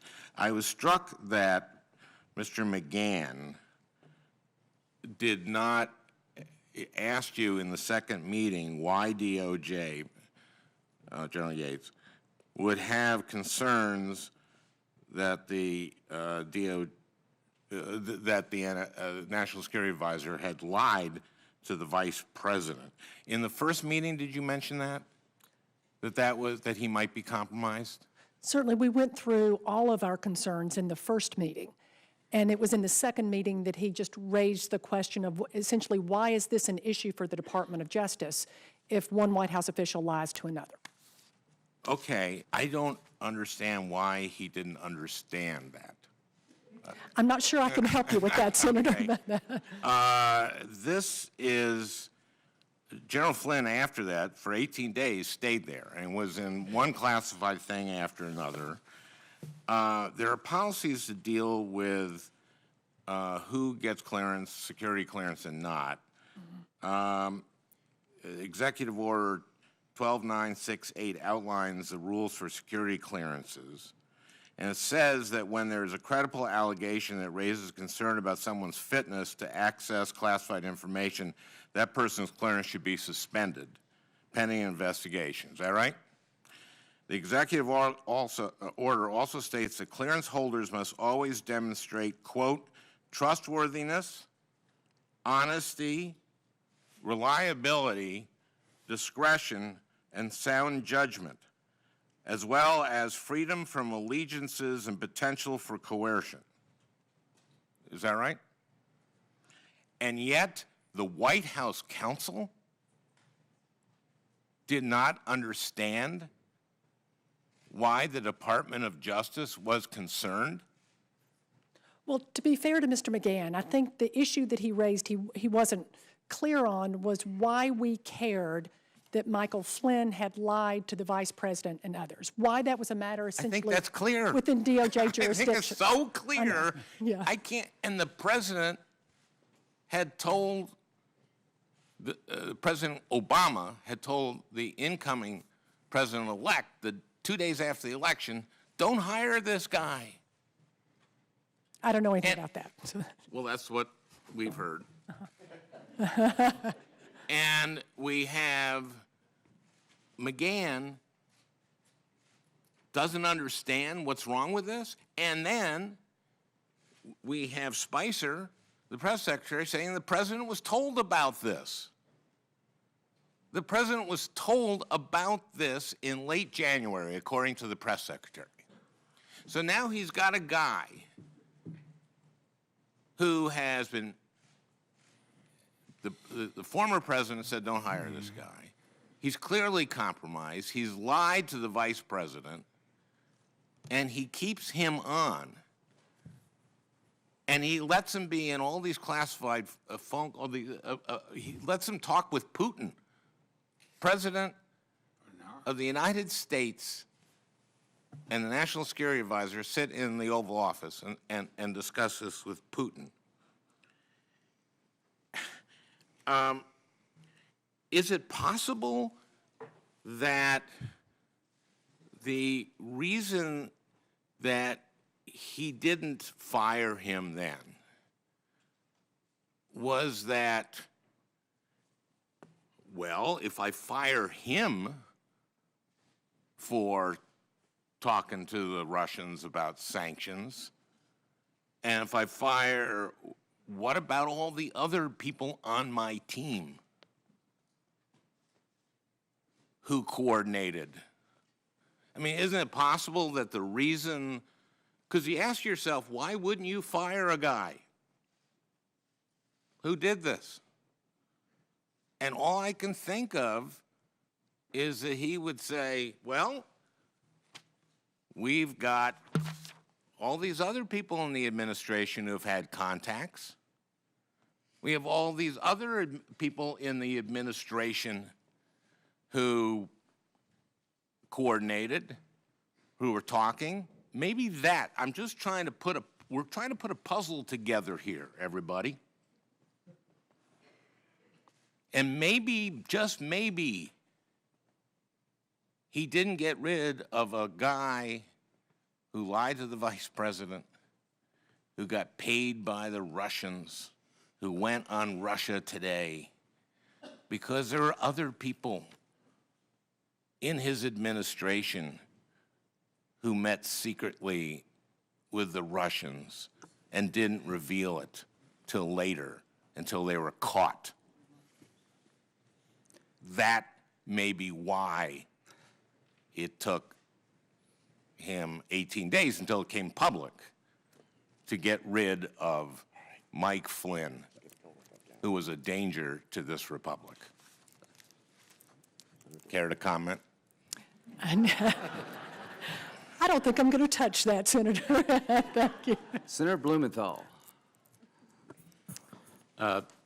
Thank you, Mr. Chairman, and I want to thank you, Senator Graham, and Senator Whitehouse for conducting this hearing in a very bipartisan way and for prioritizing this issue, which is such gravity to our democracy. I want to thank each of you not only for your long and distinguished service, but also for the conscience and conviction that you have brought to your jobs. Whether we agree or disagree with you, I hope that there are young prosecutors around the country and young members of our Intelligence Committee who will watch this hearing and say, that's the kind of professional I want to be, not just expert, but also people of deep conviction and conscience.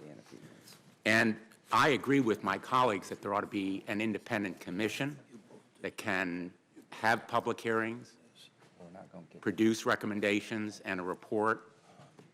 But I also believe that there has to be a special prosecutor, because what I hear from people in Connecticut and from my colleagues in their town halls and meetings is that people want the truth uncovered about how the Russians sought to interfere and undermine our democracy and our electoral system, and they also want accountability.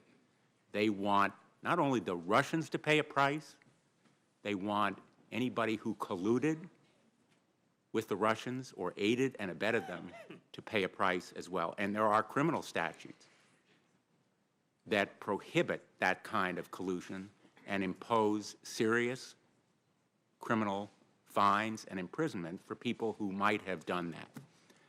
And we know that the FBI is now investigating the potential collusion of Trump associates and Trump campaign and administration officials with the Russians, as Director Comey has told us and made public. So there's no classified information there. The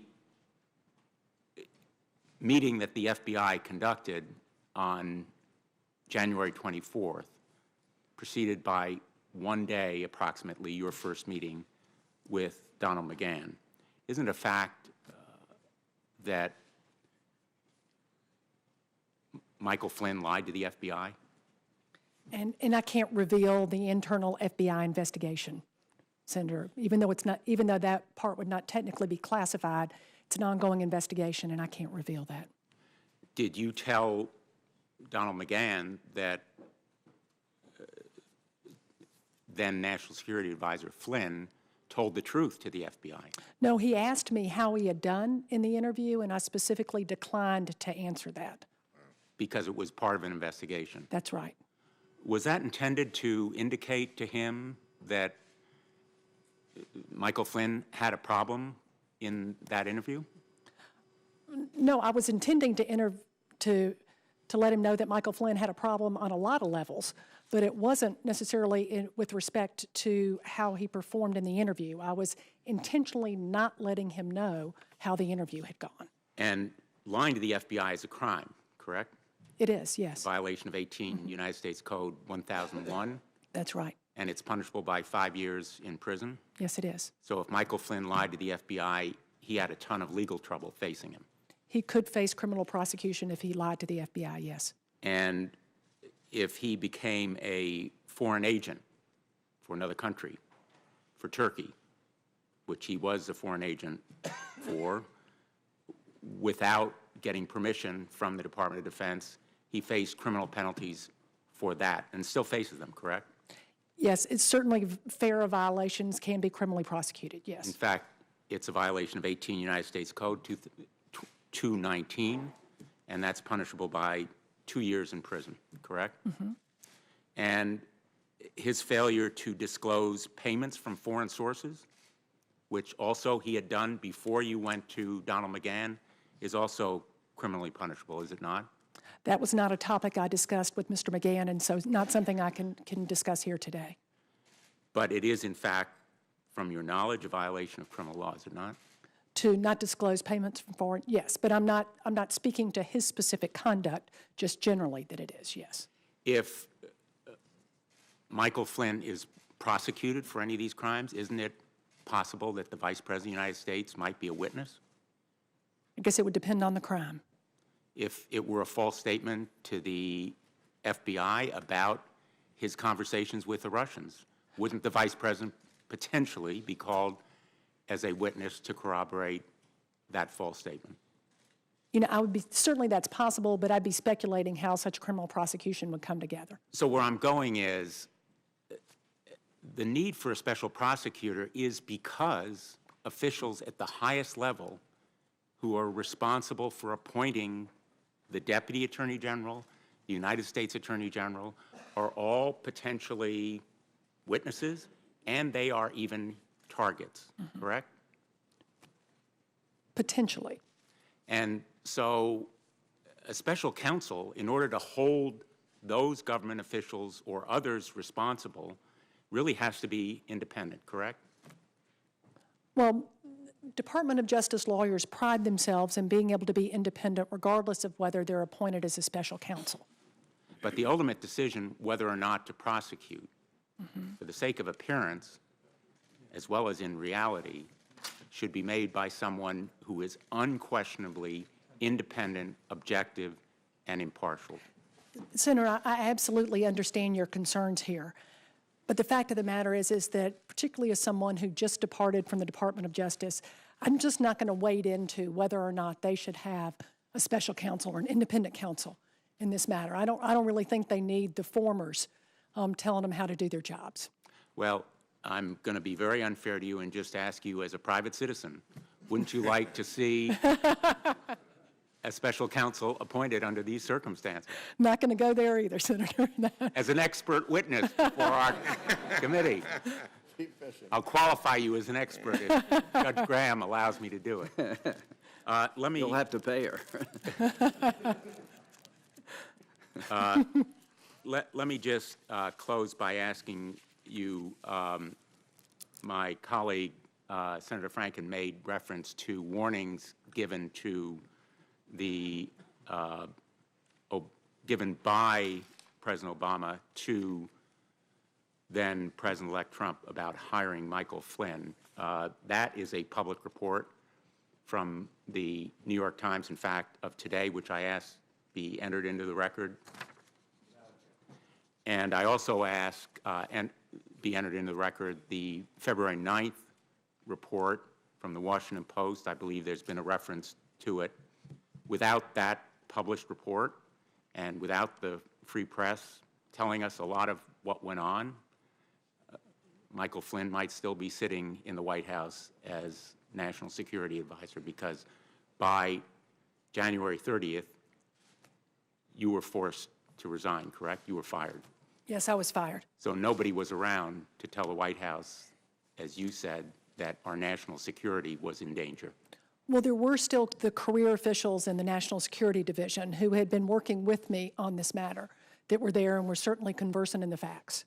But the ultimate decision to go to the White House was yours. Yes, it was. Thank you, Mr. Chairman. Senator Hirano.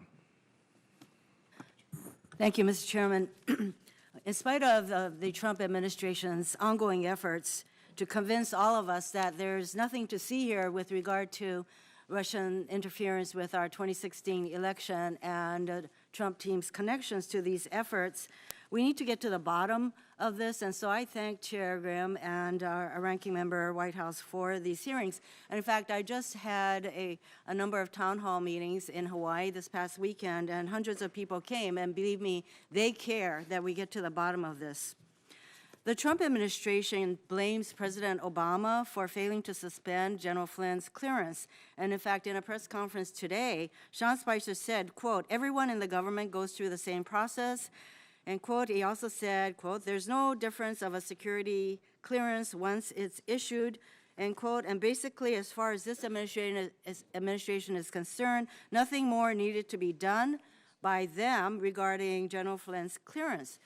Director Clapper, isn't it true that the CIA has a separate vetting process for National Security Council appointees? And in fact, the press is reporting today that General Flynn never completed that process. Can you enlighten us? I can't speak to specifics of how it was done with General Flynn. I know what I went through as a political appointee twice in a Republican and a Democratic administration.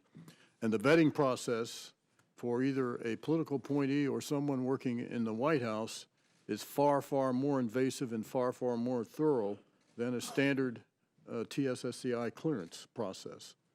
But I don't know what process was used in General Flynn's case, and nor did I have access to his complete investigatory file, so it's very difficult for me to speculate on what was in it and what action, if any, was taken by the White House. Well, according to Sean Spicer, that he had a clearance from the Obama administration, and that was it. And this administration had no further responsibilities. So let me go on. Others of my colleagues have mentioned, and you yourself, Mr. Clapper, said that RT is a Russian mouthpiece to spread propaganda. And of course, we know that General Flynn attended a gala hosted by, or 10th anniversary gala for RT in December 2015, where he sat next to President Putin and got paid over $33,000 for that. Mr. Clapper, given the information that Ms. Yates provided to the White House regarding, and this is during the January 26th and 27th timeframe regarding General Flynn, should he have sat in on the following discussions? On January 28th, he participated in an hour-long call along with President Trump to President Putin. And on February 11th, he participated in a discussion with Prime Minister Abe and the President at Mar-a-Lago to discuss North Korea's missile tests. Should he, given the information that had already been provided by Ms. Yates, should he have participated in these two very specific instances? Well, I can't, it's difficult for me to answer because I was out at that point. Well, let's say you were in. It's just a standard comment, a general comment. I don't think it was I don't think it's a good practice, put it that way. So I think this comports with some other concerns that have been raised about the appropriateness or adequacy of the Trump administration's vetting process with regard to various disclosures by other members of his administration. And as I mentioned, the administration's continuing efforts to downplay Russia's interference in our elections. After General Flynn resigned on February 13th, on February 15th, President Trump tweeted that Flynn is a, quote, wonderful man, and, quote, it's very, very unfair what's happened to General Flynn, unquote. So, Mr. Clapper, is this the kind of statement that would be made by a president aware of serious security concerns about his former national security advisor? Well, I am loath to comment on the tweets. That was, I suppose, honest expression of how he felt. Well, does it sound like somebody who knew that there were serious security concerns about it, that he would say it's very, very unfair and that Mr. Flynn is a wonderful man?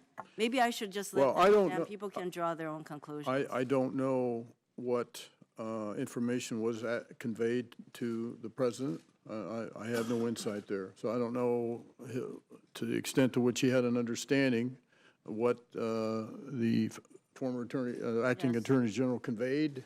I don't know how much of that made its way to the president. Yes, precisely. That is a concern that I would have, that it sounds like perhaps the president was not aware. And in fact, going on in March, the president tweeted that Flynn should be given immunity. Flynn resigned on February 13, and that the FBI's investigation is, quote, a witch hunt. So I'd like to ask both of you, should these tweets, these kinds of tweets and other similar assertions by the president have any influence at all on the FBI's ongoing investigation into Russian interference in our elections and Team Trump's connections to these efforts? Well, it shouldn't, and I'm confident it won't. I hope so. I have a question about the Foreign Agents Registration Act violations, FARA. A number of Trump administration officials are belatedly disclosing and registering their work on behalf of foreign governments under the Foreign Agents Registration Act, some of which raise serious counterintelligence concerns. I asked Director Comey about these concerns last week. Ms. Yates, what are the consequences for White House staffers who fail to disclose their foreign contacts on their security clearance forms? Well, there can be a variety of ramifications. You can lose your security clearance, you can lose your job, or in certain circumstances, you can be criminally prosecuted. Is it up to the Department of Justice or the FBI to pursue these kinds of allegations against staffers who do not disclose appropriately? Again, it would all depend on the circumstances of the nondisclosure, whether it was willful, and what the circumstances were of the conduct underlying that. So it would really, it's going to be very fact-specific. I agree that it should be fact-specific, but considering the allegations, I hope that either the FBI or the Department of Justice is pursuing an investigation into these matters. Okay. Again, under what circumstances would the Department of Justice decide to bring charges against someone for violating FARA? So you said, Ms. Yates, it would depend on the facts of the situation. If the president or someone close to him knew that a White House official failed to disclose work on behalf of a foreign government and chose to cover that up, again, can you reiterate again the possible repercussions to this person? To the individual? To the individual.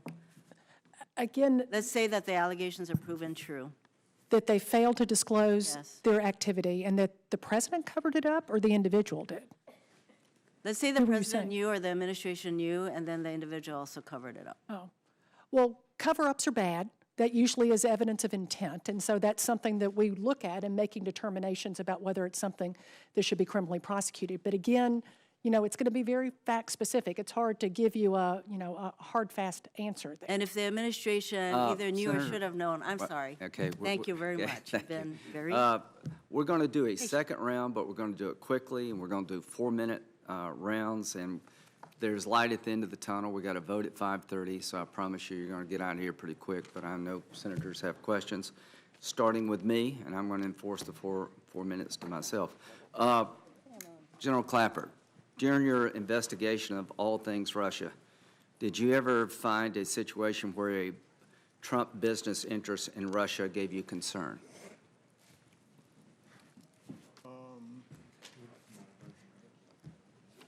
Not in the course of the preparation of the intelligence community assessment.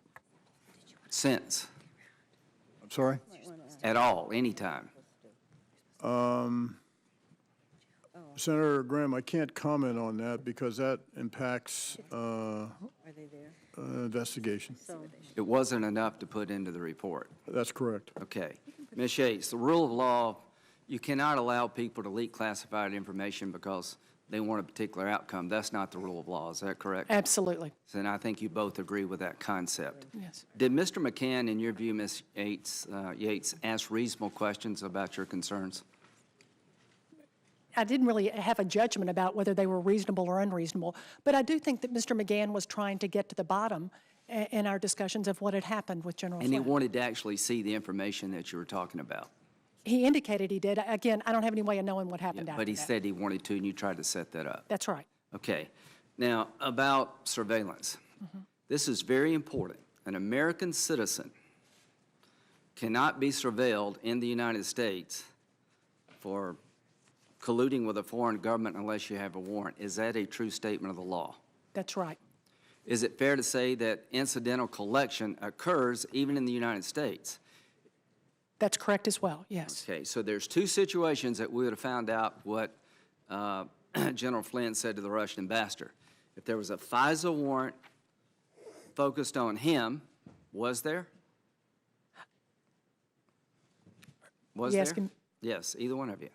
Again, I think you know I'm not going to answer whether there was a FISA warrant, nor am I even going to talk about whether General Flynn was talking to the Russians. Okay.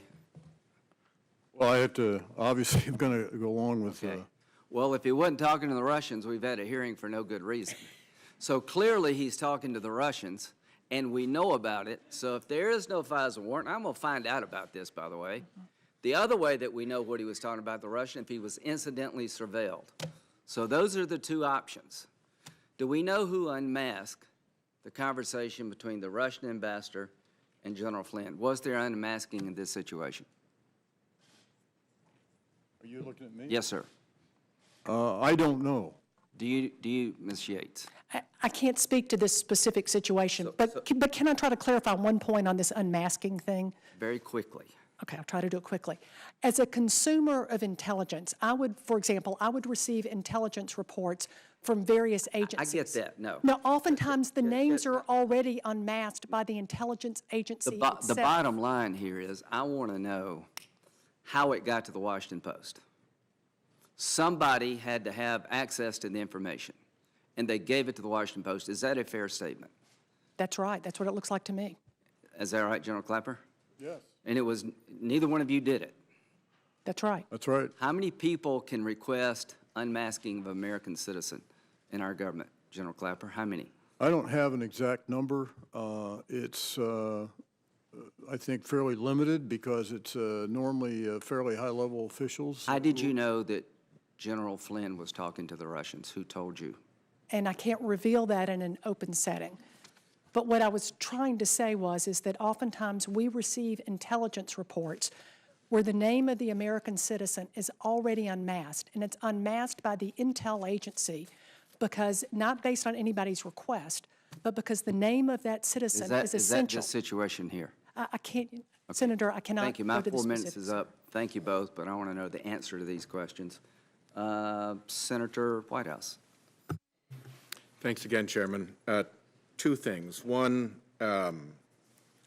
there are multiple levels of security clearances, and they're issued by different agencies, correct?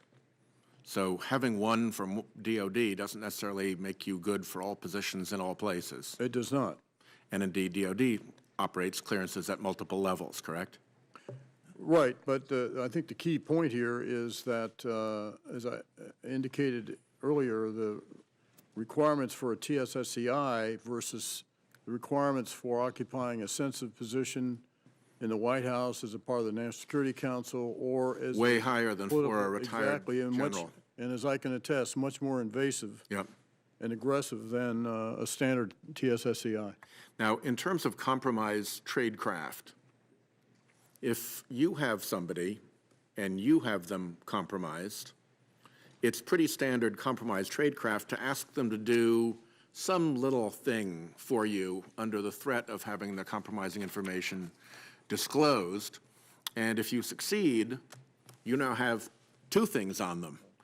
And you work it that way to get somebody more and more enmeshed in compromise until they're more or less owned by the intelligence agency. Is that a fair description of how you can develop compromise Yes, through regular yes, tradecraft? yes. Okay, just want to make that sure because we're talking a lot about it here. Last thing, my list. So, I went through the list, looked at like propaganda, fake news, trolls, and bots. We can all agree from the IC report that those were in fact used in the 2016 election. Hacking and theft of political information, the hack into the DNC and into the Podesta emails, I think we can all agree that that's a yes. Timed leaks of damaging material, that appears very strongly to be a yes because of the timing of the release smack after the Access Hollywood release. I believe that the answers were correct no as to in-country assassination and political violence by the Russians here in the United States. Would you both agree with that? I don't think we turned up any evidence of that. Okay. And controlling investment in key economic sectors for leverage. It seems that our economy is probably a little too big for that, and there was no evidence of that in the IC report either, correct? That's correct. So the question of shady business and financial ties that not only start out as bribery, perhaps, or as highly favorable deals, secret deals with Russians, but that in turn can then turn into compromise. It could. It's not just the carrot of I'm continuing to bribe you. At some point, you have a stick over the individual of I'm going to out the deal that we have unless you do this, correct? That's classic compromise. And we do not yet know the extent to which that has played a role in the 2016 Russian election hack, correct? I don't. And in terms of corrupting and compromising politicians, same. We don't know the full extent of whether or not politicians have been corrupted or I certainly don't. compromised. I did not and don't. So if we were to go down this, yes, yes, yes, no, no, question mark would be our tally at the end. Are we agreed on that? Yes. Okay. Anything else, Ms. Yates? Not for me, sir. Terrific. Thank you. Yield back my 9 seconds. You're a trendsetter. Senator Grassley. Mr. Clapper, you said yes when I asked you if you ever unmask a Trump associate or a member of Congress, but I forgot to ask which was it? Was it a Trump associate, a member of Congress, or both? Over my time as DNI, I think the answer was on rare occasion both. Okay. And again, Senator, just to make the point here, my focus was on the foreign target and the foreign target's behavior in relation to the U.S. person. Okay. How many instances were there, or was there just one? I can only recall one. Could you provide Could have been more, and the best accounting of this would be, in accordance with the procedure, the collecting agency. Yeah. And that would be a better source of records than top of my head. Okay. Could you provide us more details in a classified setting? I could. Okay. Ms. Yates, the same question, you said, I don't know what you said to answer my question about if you were involved in any unmasking. Were you involved? No, I've never asked You for never anyone to were. be unmasked. Okay. Senator Graham, both you and I and maybe other people have been said that we need a classified setting to get some answers here. I assume you're going to pursue that. Yes, sir. Okay. Let's see, I got time for a couple more questions, I believe. Regardless of any disagreements that we have about allegations of collusion, the fact that Russia tried to meddle in all of and our democracy is obviously an affront to all Americans. We have to punish Russia, and we have to deter all nations from these shenanigans. Do you two believe that the government's response so far has been enough to deter future attacks of this kind? And if not, what else would you think we should be doing? Ms. Yates, would you start out, please? I think they're coming back, Senator, and I think that we have to do a whole lot more, both to harden our election systems, our state election systems, to ensure that folks out there know when they're looking at news feeds that it may not be real news that they're reading. I think that we have to do more to deter the Russians, and it wouldn't hurt to prosecute a few folks, but I don't think we should kid ourselves that we'll be able to prosecute our way out of this problem. Okay, Mr. Clapper. Well, as much as I love congressional hearings, I think there is a useful purpose, sir, because I think the most important thing that needs to be done here is to educate the electorate as to what the Russians' objective is and the tactics and techniques and procedures that they have employed and will continue to employ. And I predict it'll be against all the parties. And so I think education of the public is the most important thing we can do. And this hearing, grudgingly though I admit it, serves that purpose to the extent that this can be shared openly. So you're down. I do think as well there needs to be more done in the way of sanctions to the Russians or any other government that attempts to interfere in our election process. I'm done. Senator Klobuchar. Okay, thank you, and we thank you both for being here again. I think Senator Graham then asked if you would want to come back then, Director Clapper, and we were very glad that you're here.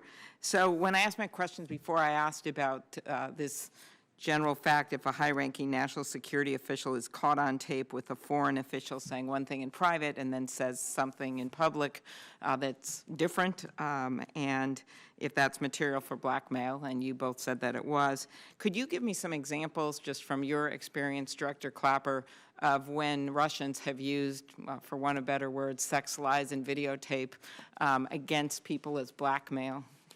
Well, I don't have a lot of direct knowledge external to Russia. This is a classical technique that, going back to the Soviet era, that they would use to co-opt, compromise political opponents. And of course, you know, the current administration in Russia is a lot even more aggressive than that, where they just blot out people for being opposition. So there are examples of that. I don't have them off the top of my head, but I have read and seen it, particularly during the Soviet era, internal to the Soviet Union, that this was a common practice. What about our election infrastructure as we move forward? As you said, one major thing we need to do is to educate the public. And I'm very concerned, while we have different states have different election equipment, I'm the ranking on rules, and we're working on a bill on this. How important is that to protect the integrity of our election equipment? It's quite important. And speaking now as a private citizen, not my former capacity, I do think that our election apparatus should be considered critical infrastructure and should have the protections that are attendant to that. A lot of states pushed back when Jay Johnson, Secretary of Homeland Security, engaged with state election officials about having that designation and having the federal government interfere in their election process. But as a citizen, I'd be concerned with doing all we can to secure that apparatus. Part of the attended to the intelligence community assessment that we put out, DHS put out a paper on best practices as an advisory on how to secure election apparatuses at the state and local level. Very good. Do you think we're doing a good enough job now, back to the propaganda issue, in educating our citizens about this? No, we're not. And the other thing we don't do well enough is the counter messaging. And how would you suggest we could improve that? I would be for, have been an advocate for a USIA on steroids. I felt that way in terms of countering the message from ISIS, who's been very sophisticated at conveying messages and proselytizing and recruiting people. And our efforts to counter message are too fragmented in my own opinion. And that's all I'm saying here. And I would seriously consider the notion of as I say, a USIA on steroids. And what would that not mean only exactly? I'm sorry? What would that mean exactly?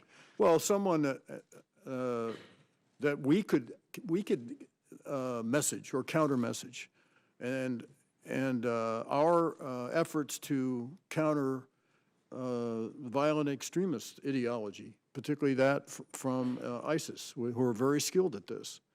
And I don't think we do, as a nation, we do a good enough job. I think counter-messaging the Russians, giving them some of their own medicine, much more aggressively than we've done now. I would hasten to add that should not be tagged on to the intelligence community. It needs to be a separate entity from the intelligence community. It's something the IC would support, but should be separate from that. Mr. Chair, just one last question. Ms. Yates, you brought a lawyer with you, a career lawyer, right, to the meeting at the White House? Yes, Is that that's right? right. About when you were giving these warnings about the knowledge you had on General Flynn. Is that normal practice? Why did you do that? Well, this was a person who was the career lawyer who was supervising this matter.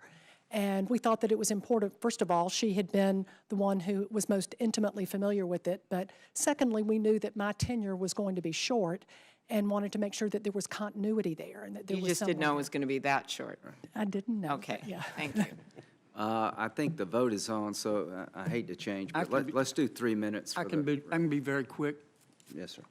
Mr. Clapper, does Mr. Putin have any assets in the United States? I don't know the answer to the question. Who would know that? Well, some component in the intelligence community might know it, or the FBI, but I don't know. Do you know if any of Mr. Putin's friends might have assets in the United States that are being held for Mr. Putin? That's a possibility, yes. Who would know that? Same person? I'm sorry? Who would know that? Same person? I would guess the FBI. Okay. If the intelligence community and the Attorney General knew all this information about Mr. Flynn, how did he get a security clearance? Knew what about Mr. Flynn? Well, that he'd had a conversation with the Russian ambassador about sanctions. Well, that was late. That was the 29th of December or so, or whenever that, Right. as reported in the media when that took place. January 19th, I think the president was sworn in, 17th, something like that. How did he get a security clearance? Well, he had a security clearance and had one for a long time. He's a career military intelligence officer. I don't know the specifics of when his fell due. The system is every 5 years. The current system, every 5 years, you're supposed to get a periodic reinvestigation. And I don't know the details of that. It would probably be done by his old agency, the Defense Intelligence Agency. But don't you have to get some additional double secret security clearance to serve in the White House? Well, yes, you do. And as I indicated before, Could I ask you how he got one? the process is done. I don't know how it's done in this administration. Okay. But my own knowledge of how it was done when I served in the Bush administration and again in the Obama administration, there is an extensive vetting process by the FBI. Okay, let me stop you because I've only got 50 seconds. Ms. Yates, are there any reasonable arguments that can be made in defense of President Trump's executive order? I don't believe that there are reasonable legal arguments that are grounded in truth that can be made in defense of his argument that the travel ban was not intended to have an impact, a religious impact, and to disfavor Muslims. So you believe that the arguments made by the lawyers who are now defending the executive order are unreasonable? I believe that the Department of Justice has a responsibility to uphold the law and to always speak the truth, particularly when it's about something as fundamental as this executive order was, that deals with religious freedom. But let me say this, I have tremendous respect for the career men and women of the Department of Justice, including the lawyers in the civil division who are handling this. But their obligation was different than mine. They must make an argument if they can make a reasonable legal argument. As acting Attorney General, my responsibility was broader than that, and I had to look beyond the confines of the face of the EO, to look at the President's statements and to look at other factors to determine what was the actual intent here. And that was the basis for my decision. And for the record, different travel ban. Yeah, the first order was Right. withdrawn. There's a second one out there. Senator Blumenthal. Thanks, Mr. Chairman. Ms. Yates, so far, the concerns you expressed about the constitutionality of these executive orders have been upheld by the courts, correct? That's right. Second, Director Clapper, on the issue of possible use of the far-right websites by the Russians, you were asked earlier whether you have any knowledge about that potential cooperation or involvement. Do you have independent knowledge of the use of those far-right websites? I don't. I don't have, at least off the top of my head, specific knowledge or insight into that connection. Could have been. I just don't know that directly. But you made reference to published reports. You said, I think you knew about it from what you read in the newspapers. Well, that's a specific reference to what happened and occurred in France. Correct. And the same tactics that were used most recently in France were also used, or at least reportedly used, in this country, correct? Right. And I'd like to put in the record one public report, there are probably others, a McClatchy report of March 20th, which begins with the lead, federal investigators are examining whether far-right news sites played any role last year in a Russian cyber operation that dramatically widened the reach of news stories, some fictional, that favored Donald Trump's presidential bid.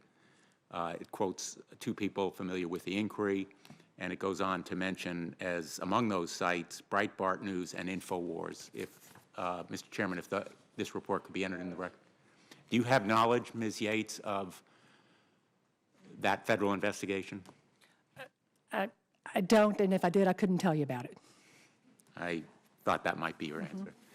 Finally, you said, Ms. Yates, that we're not going to prosecute our way out of the Russian continued attack on this country.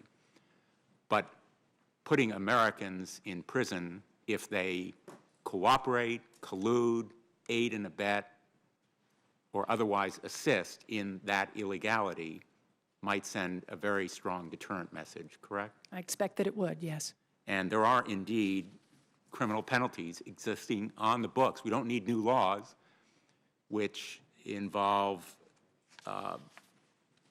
criminality and potential criminal prosecution for those acts, correct? Yes, that's right. Thank you very much, Mr. Chairman. Thank you all. We're at the end of the day, and you've been great. I think the public is better educated, at least I hope, about what Russia did. Seems to be bipartisan consensus that Russia tried to interfere with our election. We have some differences in other places, but just from some housekeeping here. You will provide with us, to the committee, if you could, Mr. Clapper. I know you're a private citizen now, but if you could help us to determine the pool of people that can request unmasking, we'd appreciate it at some later date.